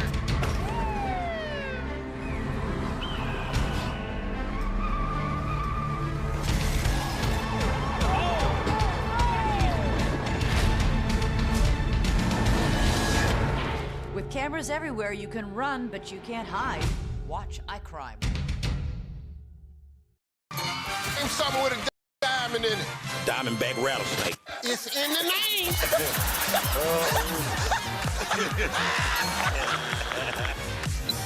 Name a low-calorie food you might make your edible underwear out of. Salmon. Watch it weeknights. Share it the next day. Wild caught Norwegian teriyaki. Share in the fun. Weeknights on Family Feud. 7 and 7:30 on Big Fox. Shall Missy face off in Why can't we watch DuckTales? Because we don't learn anything. Book Smarts versus Street Smarts? Is it working? Are you feeling motivated? Very. It's the battle of twins. Life is so confusing. I always hoped it would be easier for me when I grew up. It's gonna be all right. You were faking. Bazinga. Young Sheldon. Weeknights at 6:30 on Big Fox. The Bix website is here now. WYDCTV.com. Local and national news that keeps you informed and involved. WYDCTV.com. Today's weather, up to date and in your town. WYDCTV.com. Sports news, local events, and health stories that affect you. WYDCTV.com. The Big Fox website. Your news here now. WYDCTV.com.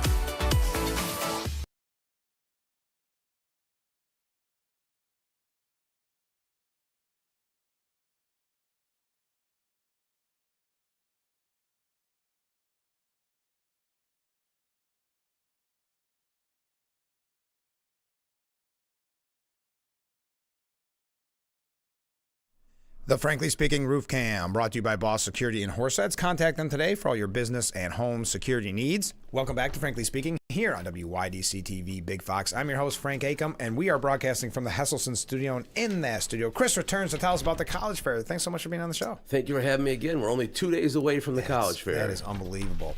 How's the planning going? It's coming. It's busy. At this point, it's here. Yeah. It's here. And, you know, Frank, I got to tell you, first and foremost, thanks for having me back. Of course. Thanks for promoting the event.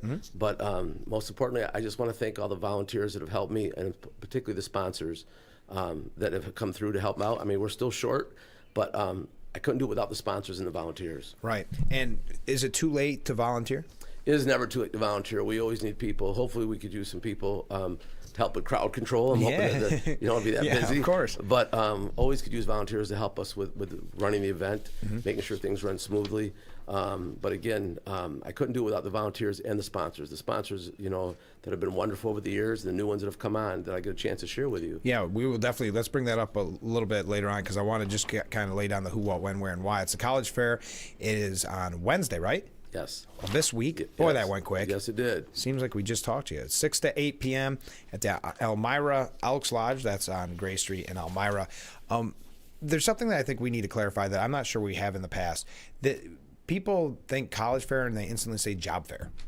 It's not. It's okay. This is a very specific fair. It's a college fair. Tell us for who this is for and what it actually involves. Well, I'm glad you bring that up, because I do get confusion with people about a job fair. This is not a job fair. No. I'm not competing with anybody that's putting on a job fair. Oh, no. This is a college fair. It's the only one of its kind that's in the Chemung County area in the spring or in the fall, for that matter. So it's a one time a year. It is not a job fair, but going to college and getting that degree can lead you to that job, that career path that you want down the road. But right now, it is a college, traditional, true college fair.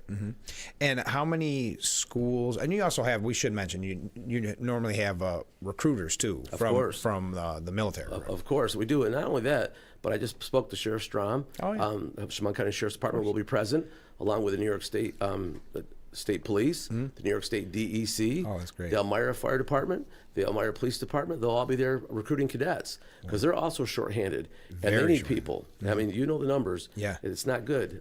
People taking tests has dropped dramatically. So they'll be there too. So and it's not like crime's going away. No, I don't think so. No. So we need it. But let's go to the school specifically, because it is a college fair. I know that you keep adding on schools every time we talk. I do. And we've got some headliners coming this year again. We've got your local schools. Of course. Then we've got some schools that are farther away.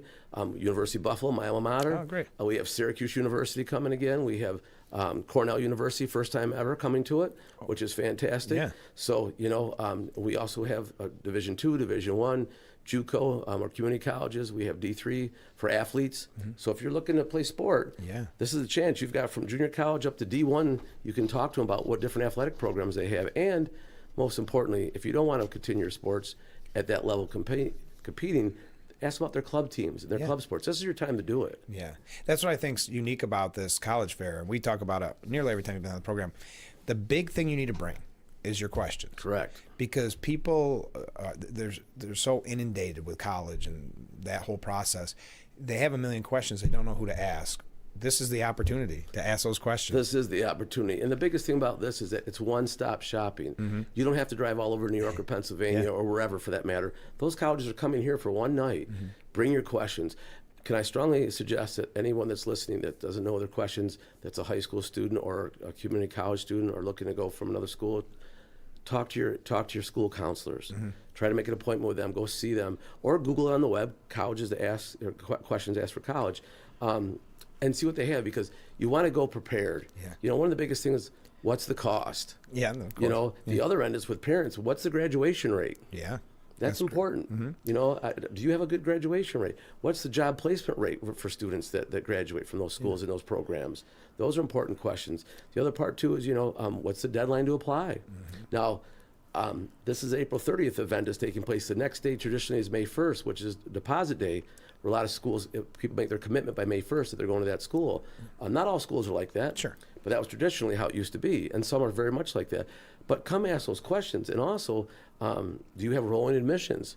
So say I don't get into my other school that I wanted to, can I still get into this other school as my backup? Yeah. You know, these are questions you need to ask. And there's so many, if you really sit down and think about it, there are so many questions when you take that leap. Either it's maybe to pursue a different college, higher education in general, because there's no age limit on this. When you look at, especially community colleges very often are known for having people that are starting their collegiate career later in life. Non-traditional students. Thank you. I couldn't think of the term. It. So this event is really open for anybody thinking about it. It is, and I can't suggest that enough. There's a lot of people out there that have college credits that've never finished their degree. Yeah. If you don't have that degree and you want to get it, you've been thinking maybe I'll go back. This is the college fair for you. Talk to these colleges and see, hey, can I still get my degree? How many credits of these will you accept? Yeah. You know, and that's a big thing too. A lot of high school students are taking classes, ACE credits, SUPA credits. There's different ones that they have programs with their school. How many are they going to take at that college? Right, that's great. Which is great. Yeah. So you're getting those inexpensively or free at some schools. Will that other school take them? If so, are you walking in as a freshman year completed, a sophomore year completed? Yeah. What are they doing? You want to ask these questions because you want to know, because college is expensive. Yeah.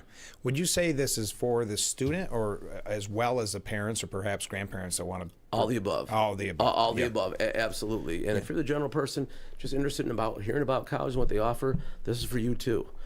Because it's very important to learn what are the costs.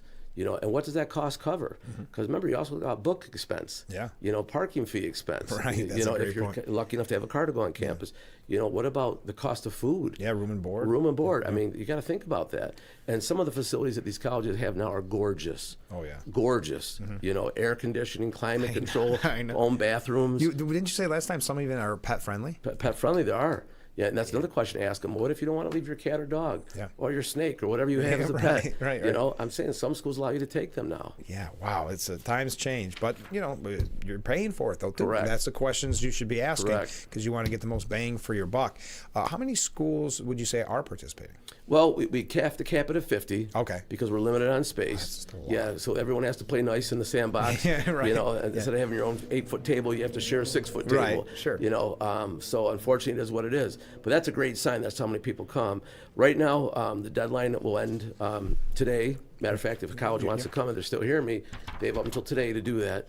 We have about 42 right now signed up. Okay. So we have a little bit more space, which is great. Which is great. But we usually can only cap it at 50. And there will be some that will show up, say, "Oh, you didn't get my registration." Yeah. That always happens. Of course. But come on in.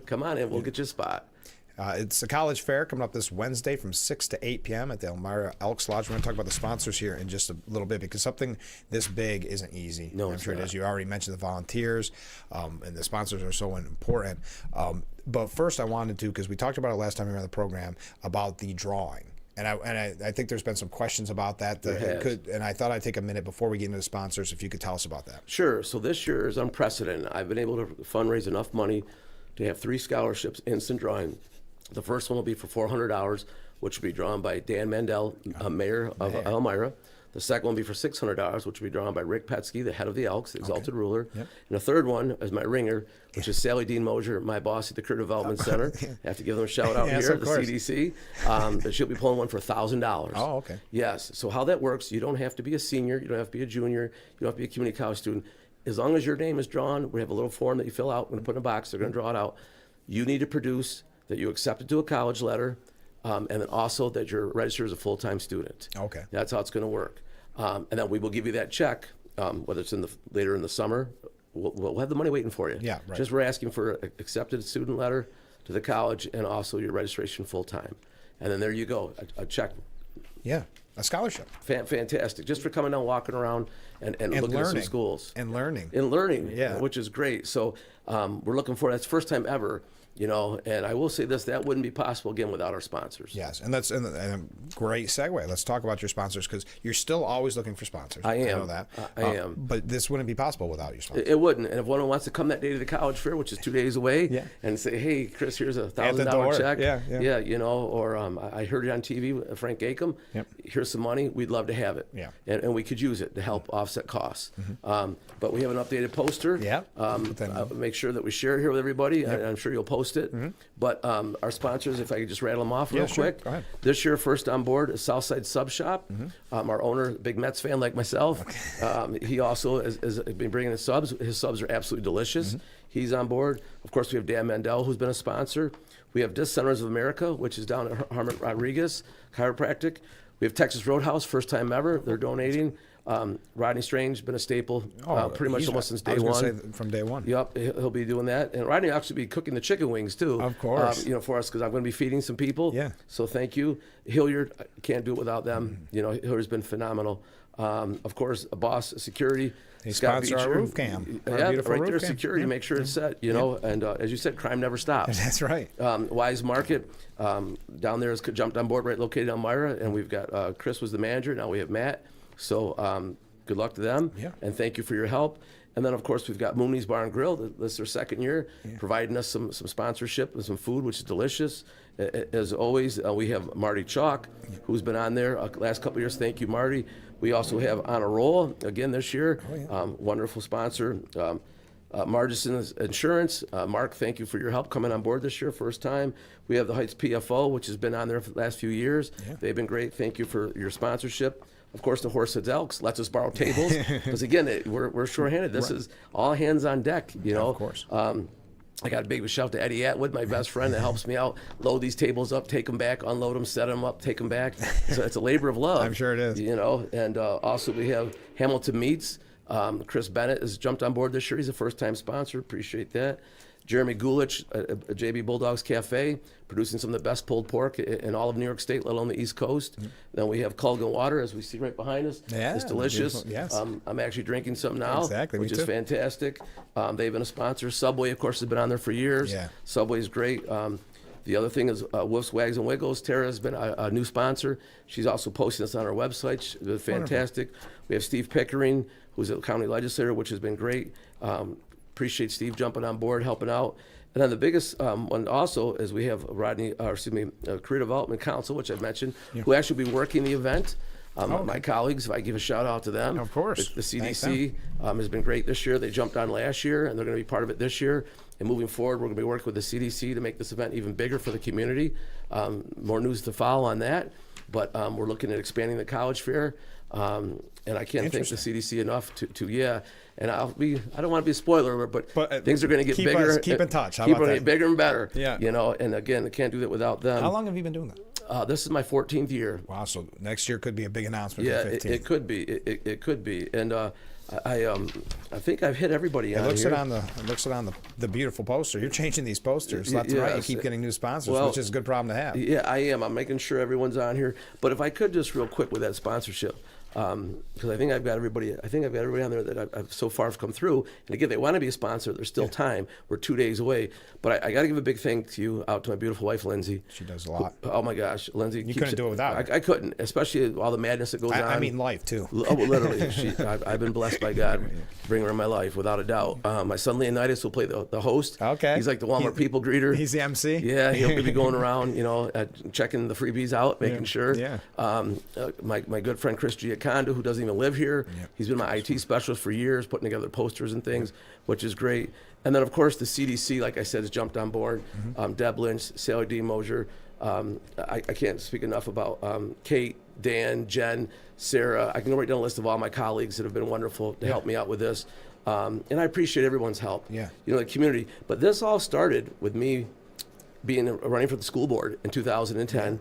Getting elected, deciding we need to do something else for these kids. You saw the need for that. I did, and there is a need to have a college fair in the fall and in the spring. And that's why I've told people it's such an opportunity for the community to go to something like this, because like you said, it's rare. This is the only one in our area. Correct. That I'm aware of. It is. Well, I mean, the one like this where there's instant scholarships. Yeah. You know, and again, if you're a community college graduate coming up, congratulations. Yeah. You want to transfer, Yeah. come talk to them. We've got a lot of community colleges around here, great schools.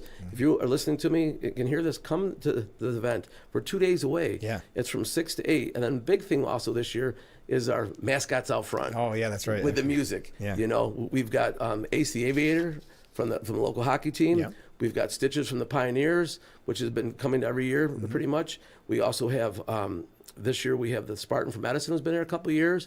We also have Elroy the Elk who's been there every year, Yeah. our elk mascot. Of course. And then, of course, we have Camp Bell Savona is bringing the Prowler, the Panther down, their mascot, which is great. So if someone's listening, like a superintendent, and says, hey, we'd like to have ours out there, contact me. Yeah. I'm still in the phone Involved. book. That's right. You know, my name's on the poster. My email's on the poster. We'd love to have a mascot duel off out there. That'd be fun. You know, it'd be fantastic. That's wonderful. Again, it's this Wednesday from 6 to 8 p.m. at the Elmira Elks Lodge. That's 300 East Gray Street in Elmira. Well, Chris, best of luck. I know that you put you're really blood, sweat, and tears into this. A lot. And for 14 years.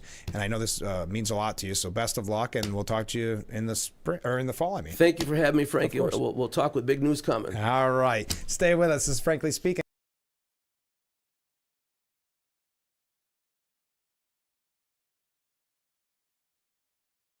Attention, Elmeron may lead to vision loss. If you have suffered vision problems after taking Elmeron to treat bladder pain, call the Hearn Law Firm.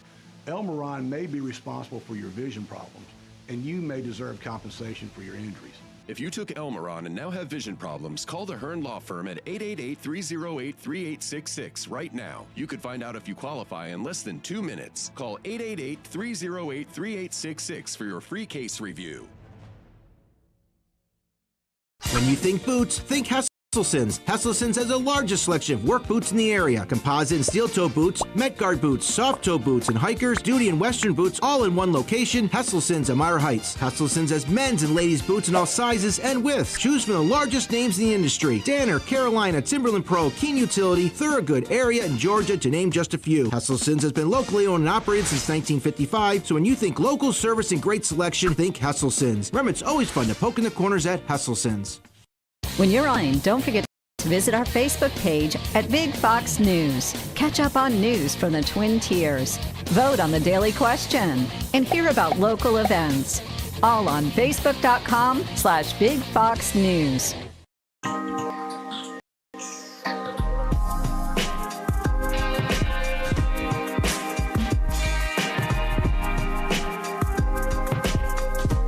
Haley Livingston, Big Fox News, Corning, New York. Fox 10 p.m. News is the first primetime local news for the Twin Tiers. Our reporters, Haley and Dante, scour the southern tier to bring you up-to-date news regarding local businesses, economics, and how national decisions impact our area. If you're not near a TV, don't worry. You can also catch our 10 p.m. news live on WYDCTV.com/livestream. Don't miss Big Fox 10 p.m. news on WYDC, on TV, or our website.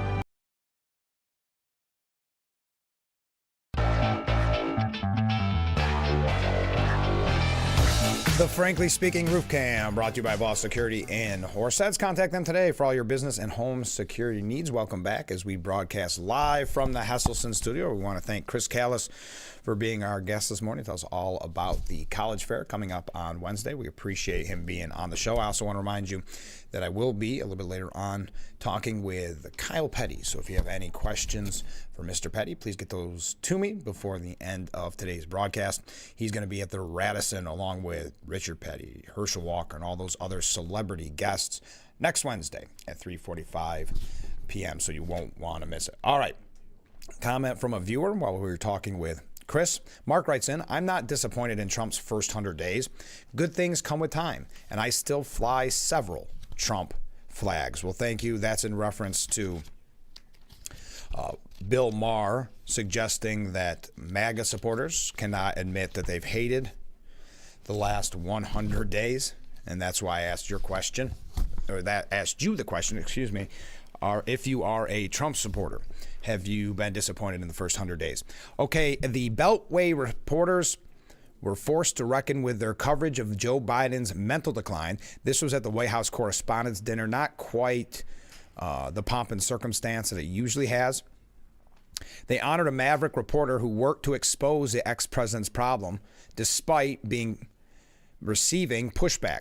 Star Axios reporter Alex Thompson tore into the Biden administration and fellow journalists after receiving the Aldo Beckman Award for Overall Excellence during the dinner on Saturday. Thompson said President Biden's decline and its cover-up by the people around him is a reminder that every White House, regardless of party, is capable of deception. But being truth tellers also means telling the truth about ourselves. We, myself included, missed a lot of this story, and some people trust us less because of it. We bear some responsibility for faith in the media being at such low. Wow, lecturing at the White House Correspondents' Dinner, but an important conversation to have. I say this because acknowledging errors builds trust, and being defensive about them further erodes it. We should have done better. I believe our mission is vital in a world where people are struggling to figure out what's true, and people with power are not telling the truth. I also believe, that the association has been, is, and will continue to be critical to that mission. Now, Thompson is slated to release a book entitled Original Sin, President Biden's Decline, Its Cover-Up, and His Disastrous Choice to Run Again, with CNN's Jake Tapper on May 20th, which does a deep dive into the cognitive issues. Now, pretty courageous of him to lecture the people in that room, but he raises a very good point. So many people have lost faith in the legacy media and believe they have no credibility because of stories like this, or lack of coverage of stories like this. So probably a good way for him to promote his book, but also I think an important conversation if you are going to do some soul searching. Now, The Hill has a piece as we talk about the Democrat Party here, and I do have to take a short break. And I can't even really read the headline, but why Democrats are embracing, we'll just say, curse words. Democrats are embracing curse words in a congressional campaign messaging as they seek to tap into their party's anger. The ads are indicative of the rising temperature in American politics generally, but they also underscore the way politicians are trying to resonate with base voters, many of whom have expressed frustration with Democrat leaders like Chuck Schumer, his favorability at an all-time low. I think that this is the case of Democrat candidates. The swearing reflects their sense of crisis. There's just a point at which the usual vocabulary, will not be sufficiently expressed in the moment. I suspect that this is a no, I really mean it type of emphasis.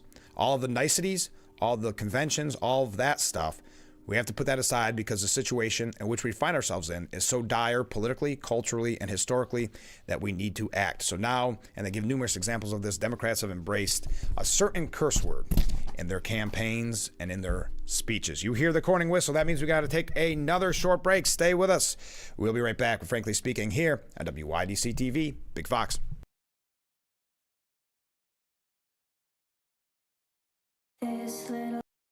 In the world's poorest places, children with cleft conditions live in darkness and shame.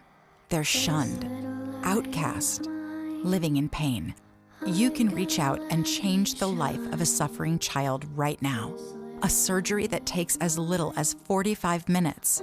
And your act of love can change a child's life forever. Please call or visit operationsmile.org now. Thousands of children are waiting. Anyone, anywhere can record crimes as they happen, and we're going to watch them right here. He just took his car.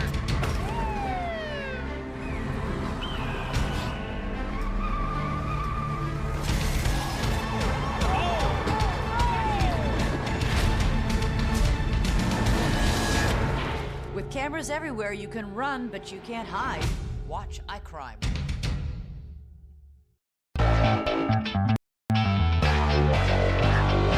Welcome back to Frankly Speaking here on WYDC TV, Big Fox. I'm your host, Frank Acom. And how can we help like that in our small businesses, not to sound cliche, but are the backbone of our community? Let's talk about we. Thanks, as always, to you, the viewers, for sending in your texts and your voicemails. Now we go to a comment. This is from John in Elmira. Make sure to catch Frankly Speaking only on AM Big Fox News WYDC, or visit our website at WYDC. The Frankly Speaking Roof Cam, brought to you by Boss Security in Horseheads. Contact them today for all your business and home security needs. We are back, broadcasting live from the Hesselson studio on Market Street in Corning. A viewer writes in, I have to ask, what is the Corning whistle? Oh, they still use the old factory whistle that would remind people that 15 minutes before the hour that you better hurry up. You might be late to get to work at the factory, and then it blows at the top of the hour as well. So if you're not familiar with it, it's kind of a historic artifact that they've kept going all these years. Sometimes people call for it to end, and then there's an outrage, and they say it's a part of our history and our tradition. So the factory whistle telling you you're almost late to work. All right. So I hope that answers your question. Bernie Sanders denied this weekend that he and AOC are trying to start a third party, but he did also rip into Democrats for lacking an inspiring vision for the future. He said that he is largely on the same page with Democrat efforts to push back against Trump's agenda, but wants to see the party think beyond simply playing defense. Quote, "No, we're not trying to start a third party," he said on Meet the Press. "What we're trying to do is strengthen American democracy, where faith in both the Democrat and Republican parties right now is extremely low. What Democrats lack right now is a vision for the future. How are we going to provide a decent standard of living for a younger generation, which, everything being equal, will be poorer than their parents?" Now, James Carville had a different opinion on this, saying that the Democrats need to stop letting Bernie Sanders and AOC define the party. Carville slammed the Democrats have candidates who are staggeringly more talented than Bernie Sanders and AOC. Even though we know AOC and Bernie have been packing in people to their Fighting the Oligarchy tour, flying a private jet, ironically enough, a $15,000 an hour private jet to the events to tell you how to keep the environment healthy and rally against the rich. James Carville saying there's truly depth and talent in the Democrat Party, and the faster that we can get them on the field and people seeing them, then the sooner we can get people like Bernie Sanders and AOC not defining who the party is, the better off we are going to be. If AOC wants to run for president or wants to put her name on the ballot, let her come. Bernie Sanders run twice and lost 2 times. Well, we know the fix was in the first time. That the powers that be in the Democrat Party, it was a sure thing that Hillary was going to win no matter what because of superdelegates. So I don't really think that's a fair stance from Carville. But I'll continue. Maybe he wants to take a crack at it a third time. I have no problem with that. But be sure we get who, in my opinion, are staggeringly more acceptable, staggeringly more talented, staggeringly more accurate candidates out there. A suspicion of mine is that there are too many. Oh, well, that was in the past. What he said in the past. Elise Slotkin, senator from Michigan, calls out Democrats for being weak and woke and urging them to blanking retake the flag. So she's one of these people that have embraced the cussing. This was on Politico. Slotkin's plan lays out why she thinks Democrats suffered sweeping setbacks last year. Did they actually do the soul searching? She is urging Democrats to retake the flag. Not sure what that means. Which appeals to voters' sense of patriotism, to adopt the blanking alpha energy. Oof. Okay.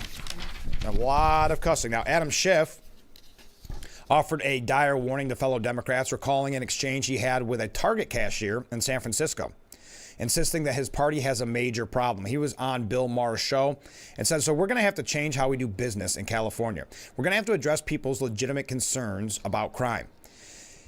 He recalled an experience he had 2 years ago in San Francisco when his luggage was stolen from his car, admitting it was one of the times that he did not heed warnings from others about not leaving valuables in his vehicle.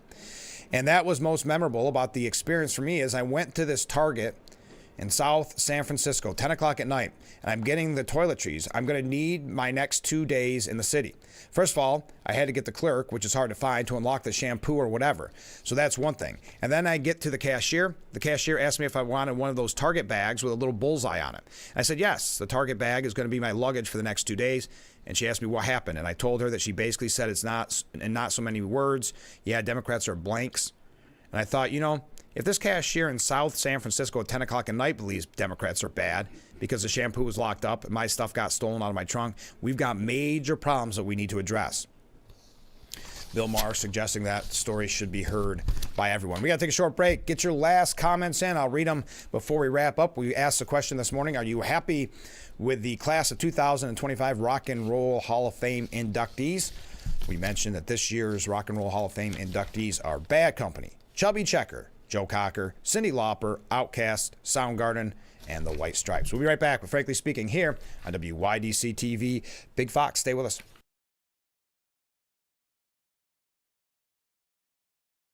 If you or a loved one regularly used hair relaxers or straighteners and were diagnosed with uterine, ovarian, or endometrial cancer, you may be entitled to significant financial compensation. I've used hair relaxers for years. I had no idea they could cause cancer. Chemical hair relaxers and straighteners have been linked to serious conditions, including several types of cancer. If you used hair relaxers and have been diagnosed with uterine, ovarian, or endometrial cancer, call us now. There's no fee unless we win your case. Call today. Distract driving is dangerous, but some people just can't seem to help themselves. There's the steering wheel propper, the sneak-a-peeker, the fast roller, the nightlighter. And it's not long until they become the fender benderer, the got-a-ticketer, the veering off the road, the driver who kills someone. Enough with the phones already. Just put them down. It's the 20 cardboard boat regatta. Hope that boat is sturdy for the big day, June 14, 2025. Who are you? Your lungs. Even though you quit smoking years ago, you may be at risk for lung cancer. But with a routine screening, you can detect it early. Learn more at savebythescan.org.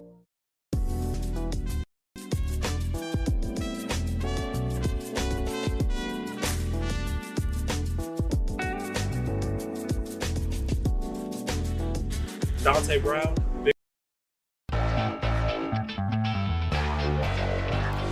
Thank you again to Boss Security for bringing us that picturesque view of historic Market Street. Welcome back as we broadcast live from the Hesselson studio, wrapping up today's edition. Now, President Trump, and this is the main comment from a viewer first. I think that the Democrats embracing swearing is just like when they put on a fake accent. A misguided way to show I am one of you. That's a very astute point, a very, very good point. I know AOC was criticized recently for doing that at the Fight the Oligarchy tour, donning, if you will, a fake accent.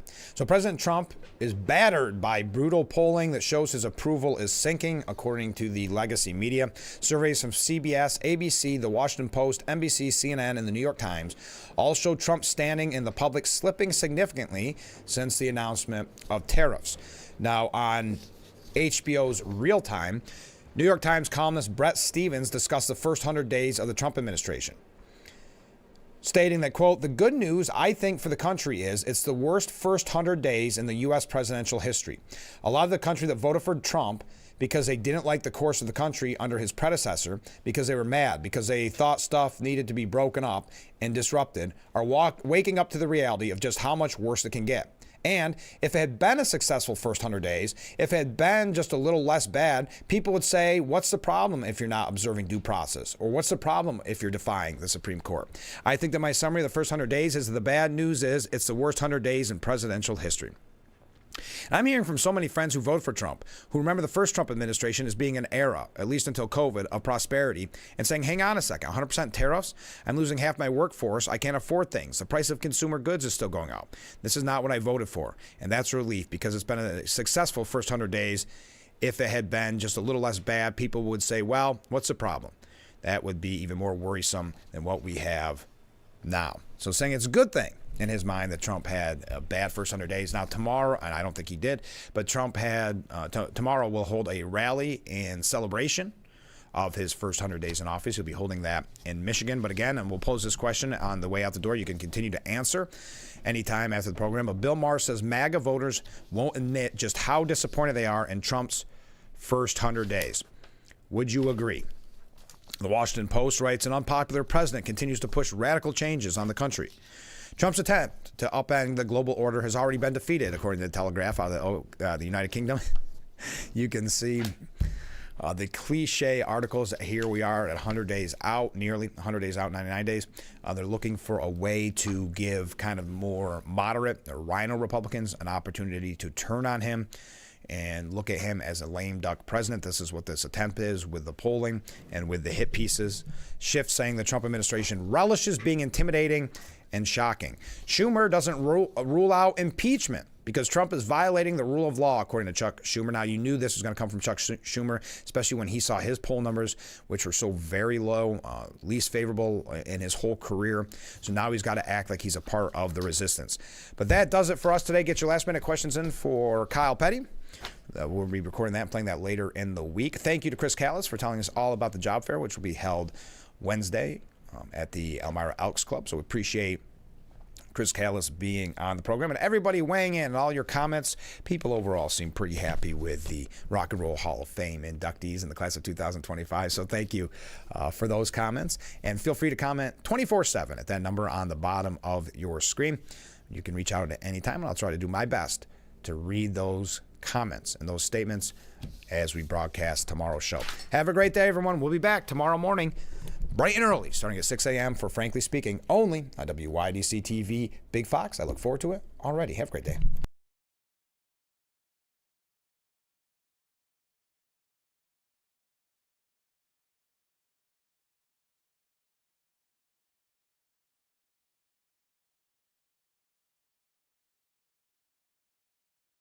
What better way to start or end every day than relaxing in your very own Hesselson's hot tub?